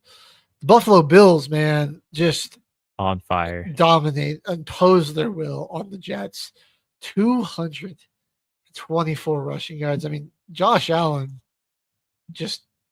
it was almost like a day off for him. Besides the running, he did not. Yeah, it's 25. After he had to be Superman last week, he kind of just got to be Clark Kent. 25 passes. He just be there. Passed it off to James Cook, who went off too on 32 and 2 touchdowns. And holy crap. This is the Bills they're like, we're a way better team than Jets. They just came in here and they just held the ball and, got whatever they wanted. 25 first downs. They had the ball for 38 minutes to the Jets 21. 38-21 to the Jets 21-39. It was 224 on the ground. Just a clinic where, 20 point win in the NFL is good. It just Yeah, like this game felt over at halftime, and it basically was. It was 20-3 at halftime, and like you're like, yeah, Buffalo's just gonna run away with this thing. Justin Fields ends up leaving the game after going 3 of 11. So the Steelers defense, I think, might just be a little bad, and the Jets offense really isn't that good. They're gonna have their issues this year, but not too much to talk about in this one. That was just the Bills imposing their will. Just a quick little beat down. Yeah. And Justin Fields going on IR, concussion protocol. So we're seeing Tyrod Taylor next week for the Jets. Could be a good thing, could be a bad thing. Another game where a team just imposed their will. Baltimore just getting right and just beating the brakes off of Cleveland. Never. Another one where this one was never really in doubt.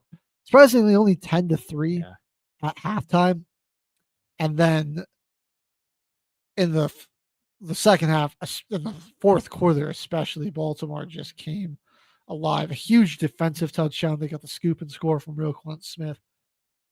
Derrick Henry just decided to retire that game. He'll be back. I mean, like, for Baltimore to just score this much and only rush for 45 yards as a team, that's pretty crazy. That's not something that crazy. I mean, they usually really rely on that run game. But Lamar, 4 touchdowns, 225 through the air, and it was going to guys like, dude.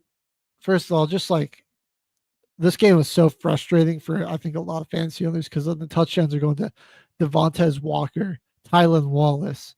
Maybe somebody's got DeAndre Hopkins in there as like a flex or something, but I can't. No Henry, no Zay Flowers, Bateman, Mark Andrews. It was frustrating. Yeah, then.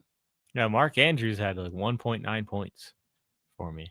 On the other side with the Browns, like how long do you think they go with Flacco, and then is it gonna be Gabriel or is it gonna be Shador that takes over when Flacco gets benched? So like I don't think Flacco played like he didn't play terrible. He did have two turnovers, but this was I think the run could be over very, very soon though. Right. I'll give it so weak. I feel like they're not gonna take him out like unless he like plays just atrocious and like has like 4 turnovers in the game and only like throws for like 100 yards. But I could see him getting hurt behind this offensive line like around week 5 and just they take him out and then they just whoever they throw in there, they just ride with the rest of the season. I think they got to throw in Shador. Give him a chance. Let Shador cook. Give him a chance. The Steelers proved that they were kind of fraudulent in their loss to the Seahawks. What's going on that kickoff? That landed in the landing zone and then just let the other. I mean, that really killed them because that was a pretty back and forth game until that point, and then Seattle. That score helped them pull away. Darnold, it like mixed bag for me here, like 295, 2 touchdowns, but like 2 INTs, and I don't like they weren't like one was just like a really ill-advised throw with a defender right in his face. Then the other one, he just kind of sailed the ball, I believe. But Rodgers on the other side also with 2 interceptions, and he had only 203 and a touchdown. Just absolutely no running game for the Steelers here. DK Metcalf has been pedestrian at best for him here. The Seahawks defense and special teams getting it done really in this one, and then I'm loving Jackson Smith. A good performance out of from him. K9 on the ground, and yeah, that JSN's sick, man. He's just gonna get some touchdowns. But like I targeted him as my wide receiver too in a good number of fantasy leagues, and yeah, I'm liking that. My time to go claim Torrey Holt off me. Oh, dude, the CSU kid, man. Torrey Horton. Oh yeah, Torrey Horton, not Torrey Holt. That could be a good wire ad, late minute. Also, they're playing the Saints next week, so Yeah, I was gonna say that if you're really could streaming be a guy. defense too, Saints are a good pickup. Or if you just need a new defense, not the Saints, the Seahawks. Seahawks The will be a good Seahawks got a ad. pretty good defense. They force a lot of takeaways. They're good at generating pressure, and I think they got some special teams potential to score there too. So yeah, flukiest game of week 1 was that Steelers Jets game. I think what both of these teams did this week is probably going to be closer to what the real identity Yeah, week of 1 those two is a squads are. liar. You know what they say? Week 1 is kind of a liar. Week 1 does NFL. not like to tell the truth. We haven't covered. This was a thriller. Patriots. Oh yeah, this one Dolphins. right here. Dolphins offense looked much better. Still really shaky, and just no run game identity really for them at all. Seems like they're going to be extremely pass heavy this year. Tua played a good game, and then he had like such a dumb late turnover. Yeah, like they shot themselves in the foot at the end of the game. It was, yeah, no, it was a bad interception, and then it let Miami. I mean, not Miami. It let New England go down and make that a touchdown game, and then they got into a position where they had to go for it on 4th down, and that also just didn't look like a great 4th down play. No, probably Tyreek's best week since like week 1 of last week he had 6 catches, or week 1 of last year rather, for 109. Achan is like this team's leading receiver. Miami's offensive line did better in pass pro this week, but they cannot run the ball on anyone, it looks like. And how soon does like Mike McDaniels get fired? And like, despite I said they did all right in pass pro, they still gave up 5 sacks. And I think soon, because they literally had players only meetings after 1 week. Like, yeah, they might have looked a little bit better offensively, but they allowed 33 points and like another just crucial mistake at the end. Like that was the biggest topic of discussion. Like, they had players only meetings after 1 week. Like, you might as well just start booking your vacations. Yeah. Because that means nothing good for the team at all. It's like, if they're having players only meetings after 1 week, what's the head coach doing? I mean, he's probably gone after this year. Because they've always been the hottest team. Or it feels like in the offseason, they're always one of those teams everyone thinks is going to get real red hot, sneaky team.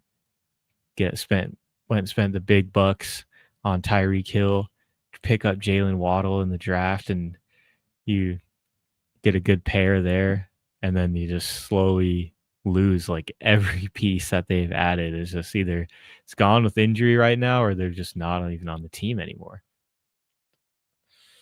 Yeah. It's just like killer to like get that huge punt return, and then they just immediately give up a kick return. Yeah. Following that too. Like, that was after that happened, I was like, Dolphins are gonna find a way to lose this. 0-2, some brutal losses to start the year. 0-1 in your division as well. Mike McDaniels, that seat is already feeling red hot. Because it's like you finally get those offensive issues figured out, right? With the passing game.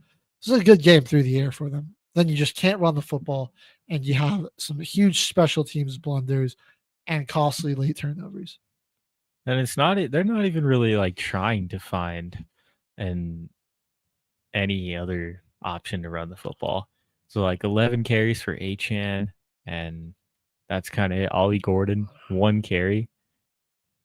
And their offensive line is just that weak that they really are they're abandoning it. And I feel like that when they had Achan and they first got Tua drafted and they like just had that offense going, I feel like they tried to run the ball with like all of their guys. Like, they tried to get backfield touches, backfield carries, like Waddle on end arounds or Tyreek Hill on end around type of stuff they used.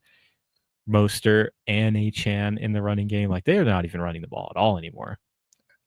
Like, they've completely just left that in the past.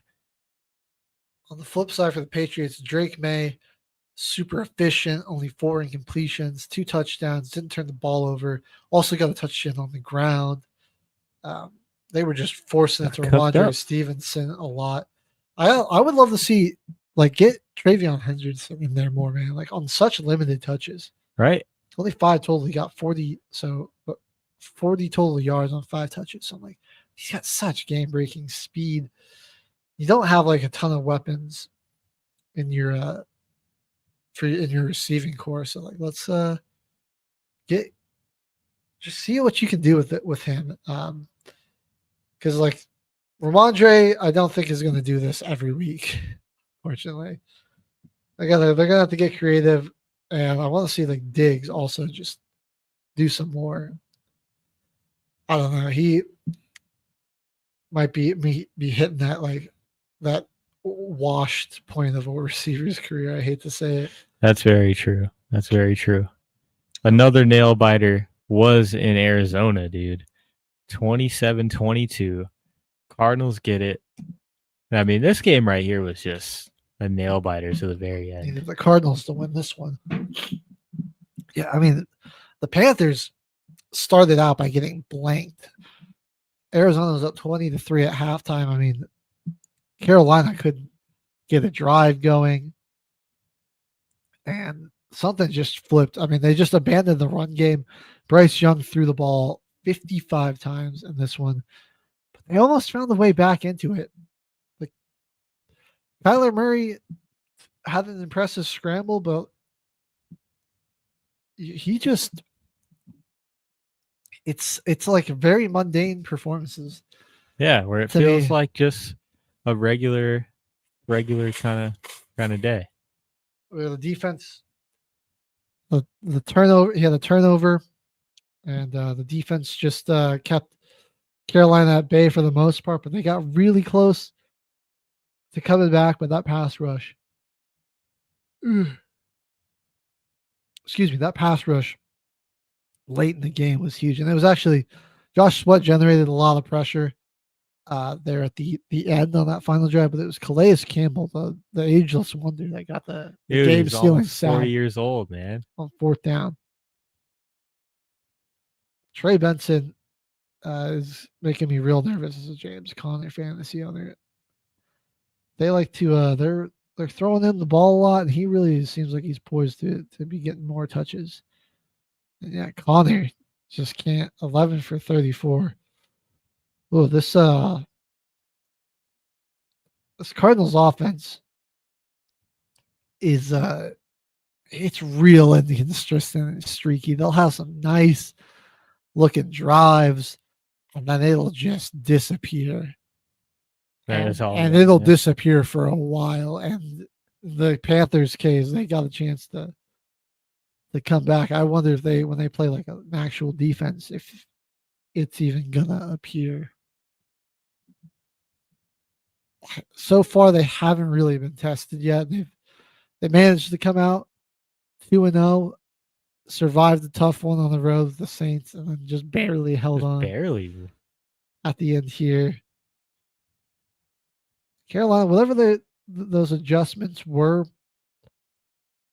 and it was a lot of it was definitely like they were trying to get the ball out, a lot of quick passing there. Ted McMillan had his best game so far of his young career. And Hunter Renfrow, that's the sneaky waiver wire pickup of the week.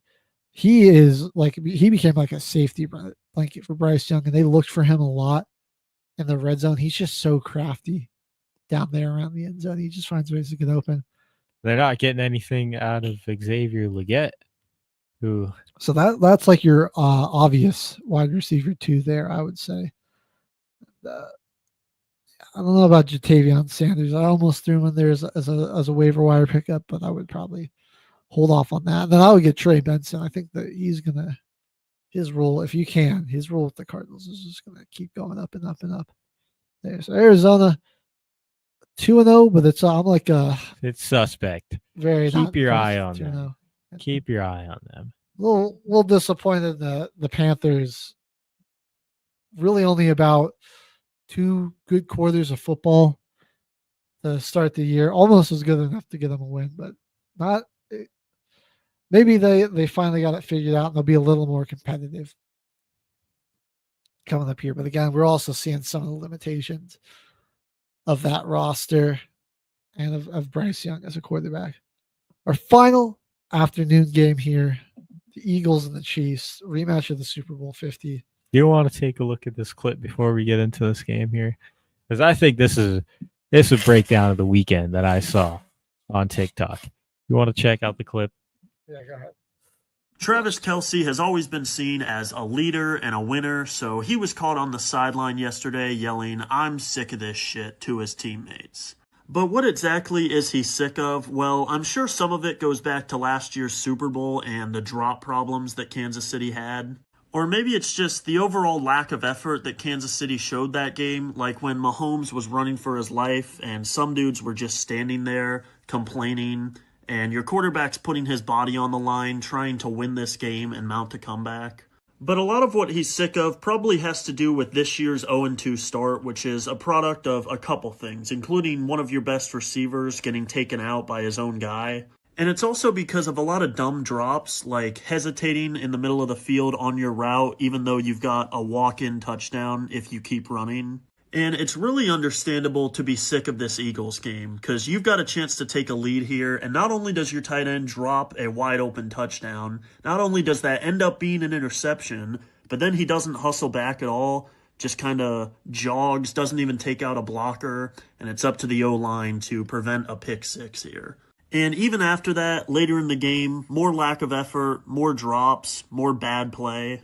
Look, Travis Kelce has gotten away with a lot of antics during his career. And when you're consistently going for 1,000 yards a year, being one of the best players in the league and winning Super Bowls, that's going to be chalked up as leadership, as a winning culture. But when you become a liability, the reason your team is losing and all you're doing is showing bad effort, bad body language, and constantly complaining to your teammates, not to mention wearing a free Rashee Rice t-shirt off the field, you're no longer looked at as a winner or a leader. You're just a guy who's starting to ruin their legacy, which is what's happening to Travis Kelce, and it's why he badly needs to retire. Yeah, dude, he has been just awful. I wouldn't go as far to say ruining his legacy, but definitely not. It's not helping. I guess this is like a no correlation thing, but I did see the joke of like somebody making fun of Travis's play, and they're like, they're like, Josh Allen gets engaged to Haley Steinfeld and wins MVP. It's like Justin Herbert starts dating Madison Beer and is just tearing it up, and it's like something up with Taylor Swift though. Kelce, like, I mean, he lost all that white boy swag he had too. Like, she gentrified him. Like, and then his plays. That is another thing. People are calling him out for that stuff too. Also, the free Rashee Rice thing, like, the Chiefs are weird. These guys are like asses, man. Like, what free Rice from what, dude? He was like speeding down the highway, caused a 6-car accident that injured multiple people, and then he fled the scene. Like, he's lucky nobody died. Like, free him from what? He was caught on camera leaving. Like, what do we free him from what? Like, and it's not even like he really has to screwed up. He should just be thankful that he's going to take his suspension and be able to come back and he's going to come back this year and play. Like, somebody could have been like a lot lives could have been lost if it went a different way. Free Rashee Rice. The situation that we're in right now with Rashee Rice is the lucky and best possible outcome. Yeah, look, the Patriots were probably like the more evil dynasty, but the Chiefs are 100% the more annoying one, dude. Like, this is right. What is this, man? And hey, I mean, 0-2 start. I love, like, that just makes us 0-2 start even sweeter. Oh, I love it. I do kind of feel bad for Mahomes. I mean, like he's showing that he's like actually the team. I clown on him and I hate him, but like he's like That man genuinely is that whole team, right? He's not like a bad dude either. Like he's the only one that tries to be a good dude. I Right. swear to God, he gets a lot of flack, but he's like the most regular guy.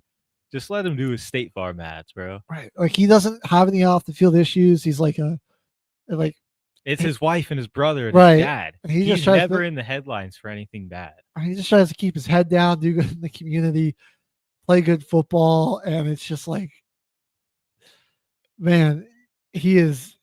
I do kind of feel. I can't believe I'm saying this. I kind of feel for him because like Right? he is. His teammates are acting like clowns. His family's acting like clowns. He's like, And he's got he has on no the field. no run game to support him. Nobody to throw it to. It's like he is just like the defense is it's him and like that defense are basically just trying to keep that team in games, man. But if the Chiefs get locked in, though, everyone, I just want to say we got a ticked off Patrick Mahomes this year. And this 0-2 start isn't going to mean a damn thing if the Chiefs get locked in. Let's not get too ahead of ourselves. If they get locked in, I think the way that this season started for them, Patrick Mahomes is going to he's going to come in with a chip on his shoulder again. That's not good. I honestly would rather have them be undefeated again and I would rather have them start 2-0 and be playing well. And Mahomes hasn't been like perfect by any means. Like he's been missing some throws, and I think like the pressure that he's been under has disrupted his rhythm a little bit. I mean, he missed Tyquan Thornton, who was wide open, and then Kelsey, the drop in the red zone, that's just inexcusable. I mean, that would have given you the lead, and that flipped it completely. And Philly ended up scoring a touchdown off of that and made it a 10-point game. Like, if you got something out of your running game or some more consistency from the wide receiver position, or your tight end wasn't, blowing opportunities. Like Jalen Hurts I'm sorry, dude, he's so overrated. Have you seen this guy's pass charts? His like only pass of like more than 20 yards down the field was just like him, like the Chiefs bringing the most obvious all-out blitz, so him just like max protecting and then just throwing a 50-50 jump ball that Devontae Smith caught. Like that was this game kind of showed it. I don't feel like him, but I get Eagles what you're saying. are a good team, but like, dude, if the defense does not dominate and the other team has a bunch of costly mistakes, like right now through these 2 weeks, like Saquon hasn't been as dominant on the ground, and Hurts is not getting it done in the air. He can't push the ball down the field. Like he's taken all the checkdowns, all the safe stuff. I mean, it's like 10 yards and under for everything. Like that's just like defenses are just keyed in on that. Like he's lucky that his defense is good and they've just, dominated for the most part. And that like the week before they played the Cowboys defense, who really isn't that good. And they were able to just run it all over him. Yeah. And he was able to run it all over them, but the Chiefs are a much better coached than that. Like Saquon hard earned 22 carries for 88 yards.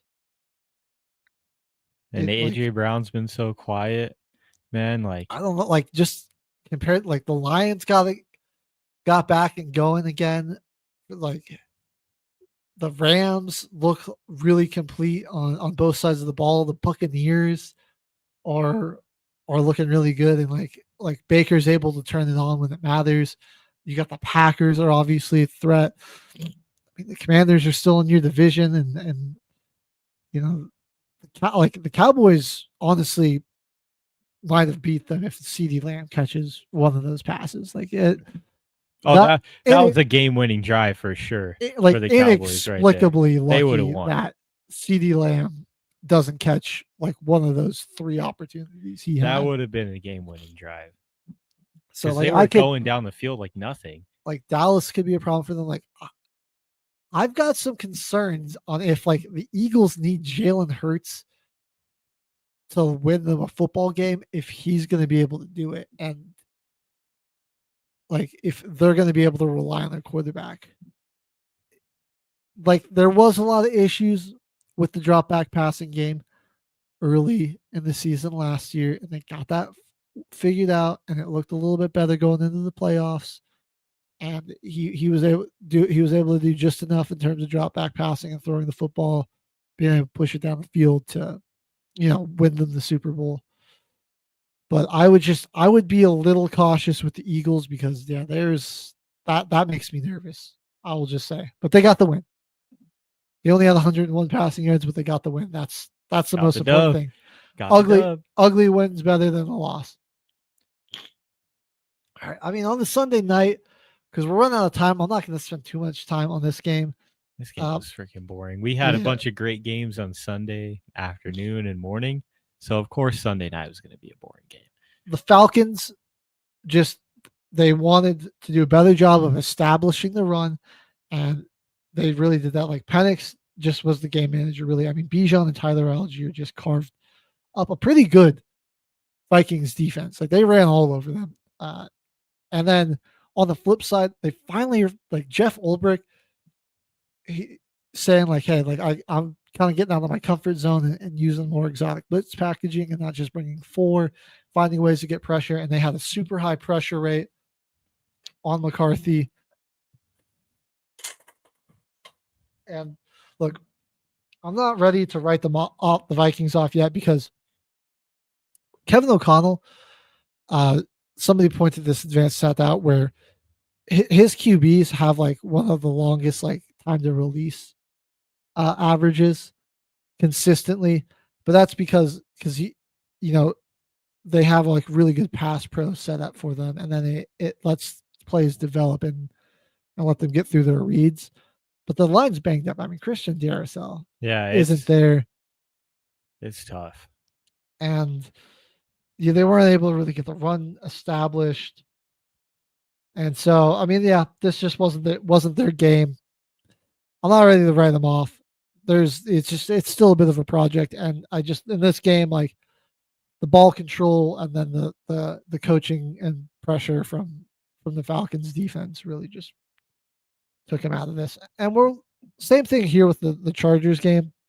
Just absolutely had him in a sleeper hold pretty much. They couldn't really get anything going with Genty. They were pretty much locked up in the secondary. They had nothing really open downfield.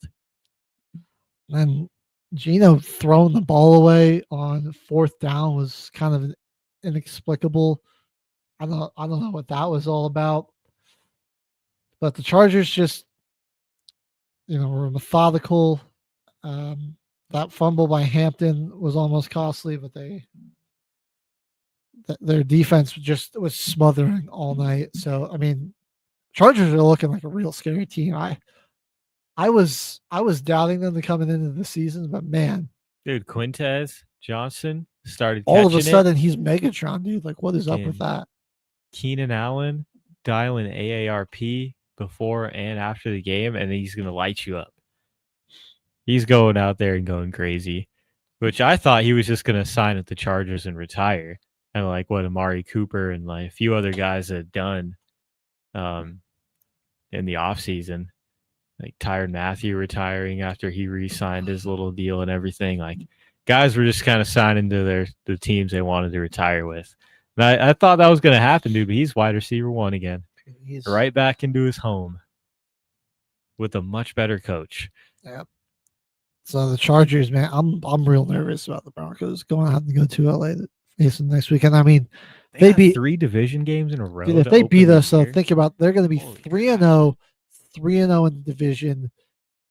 I mean, at that point, could lock up the division. Really opens up the path makes a real wide open path to That could winning the lock up the division. division right there already after 3 weeks. Oh my god! On our last game that we got to cover here, Tampa Bay Buccaneers and the Houston Texans.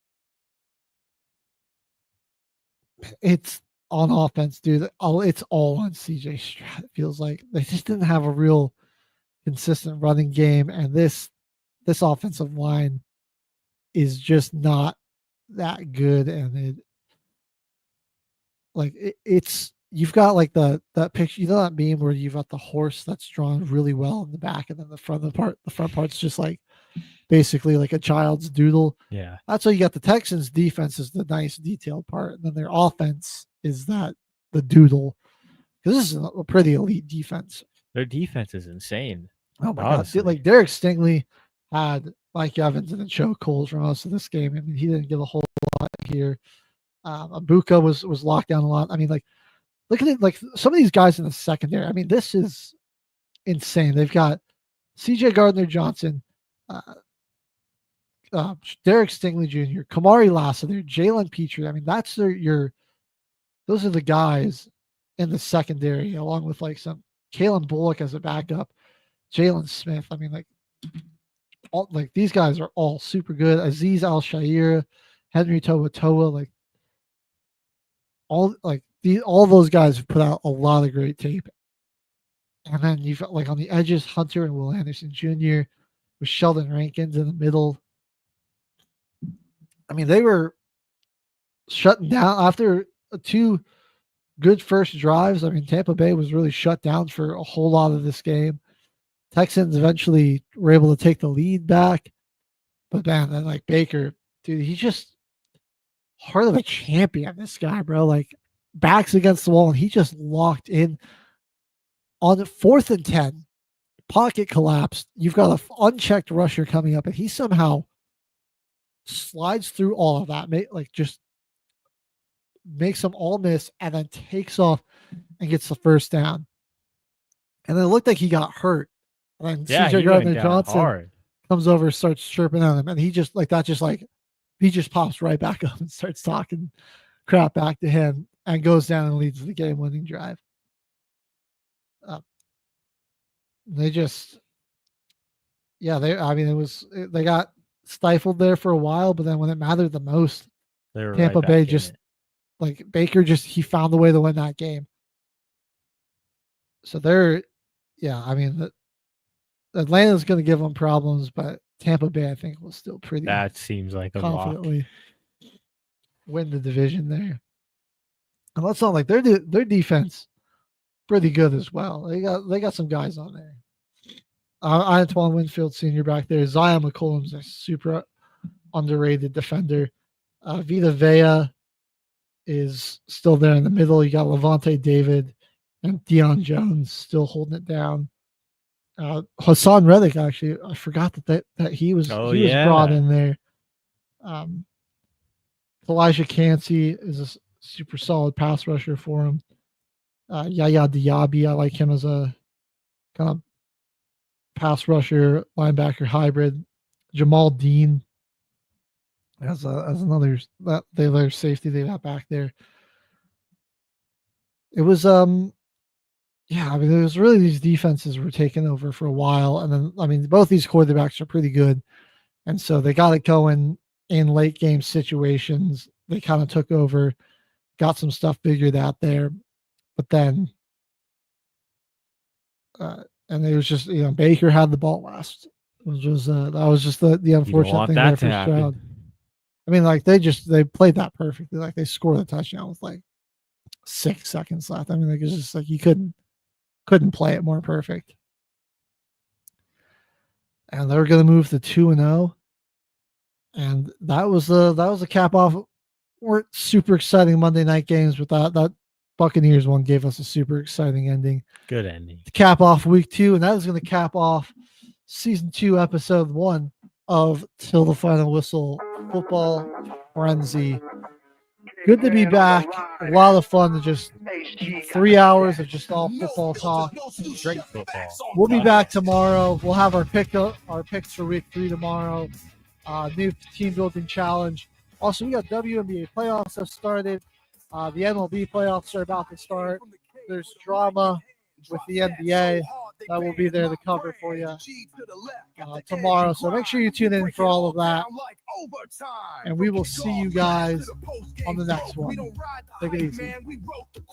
Ladies and gentlemen, thank you for tuning in to Military Broadcast Radio. As we wrap up today's show, we want to remind you that the podcast of today's episode will be available right after we go off the air. So if you missed any part of the show or want to listen again, be sure to check it out. And remember, we're here to support and honor our veterans. Your stories and experiences matter, and we are committed to giving you a platform to share them. That's right. We're here to give our veterans a voice. So don't forget to catch the podcast and stay connected with us, giving our veterans a voice.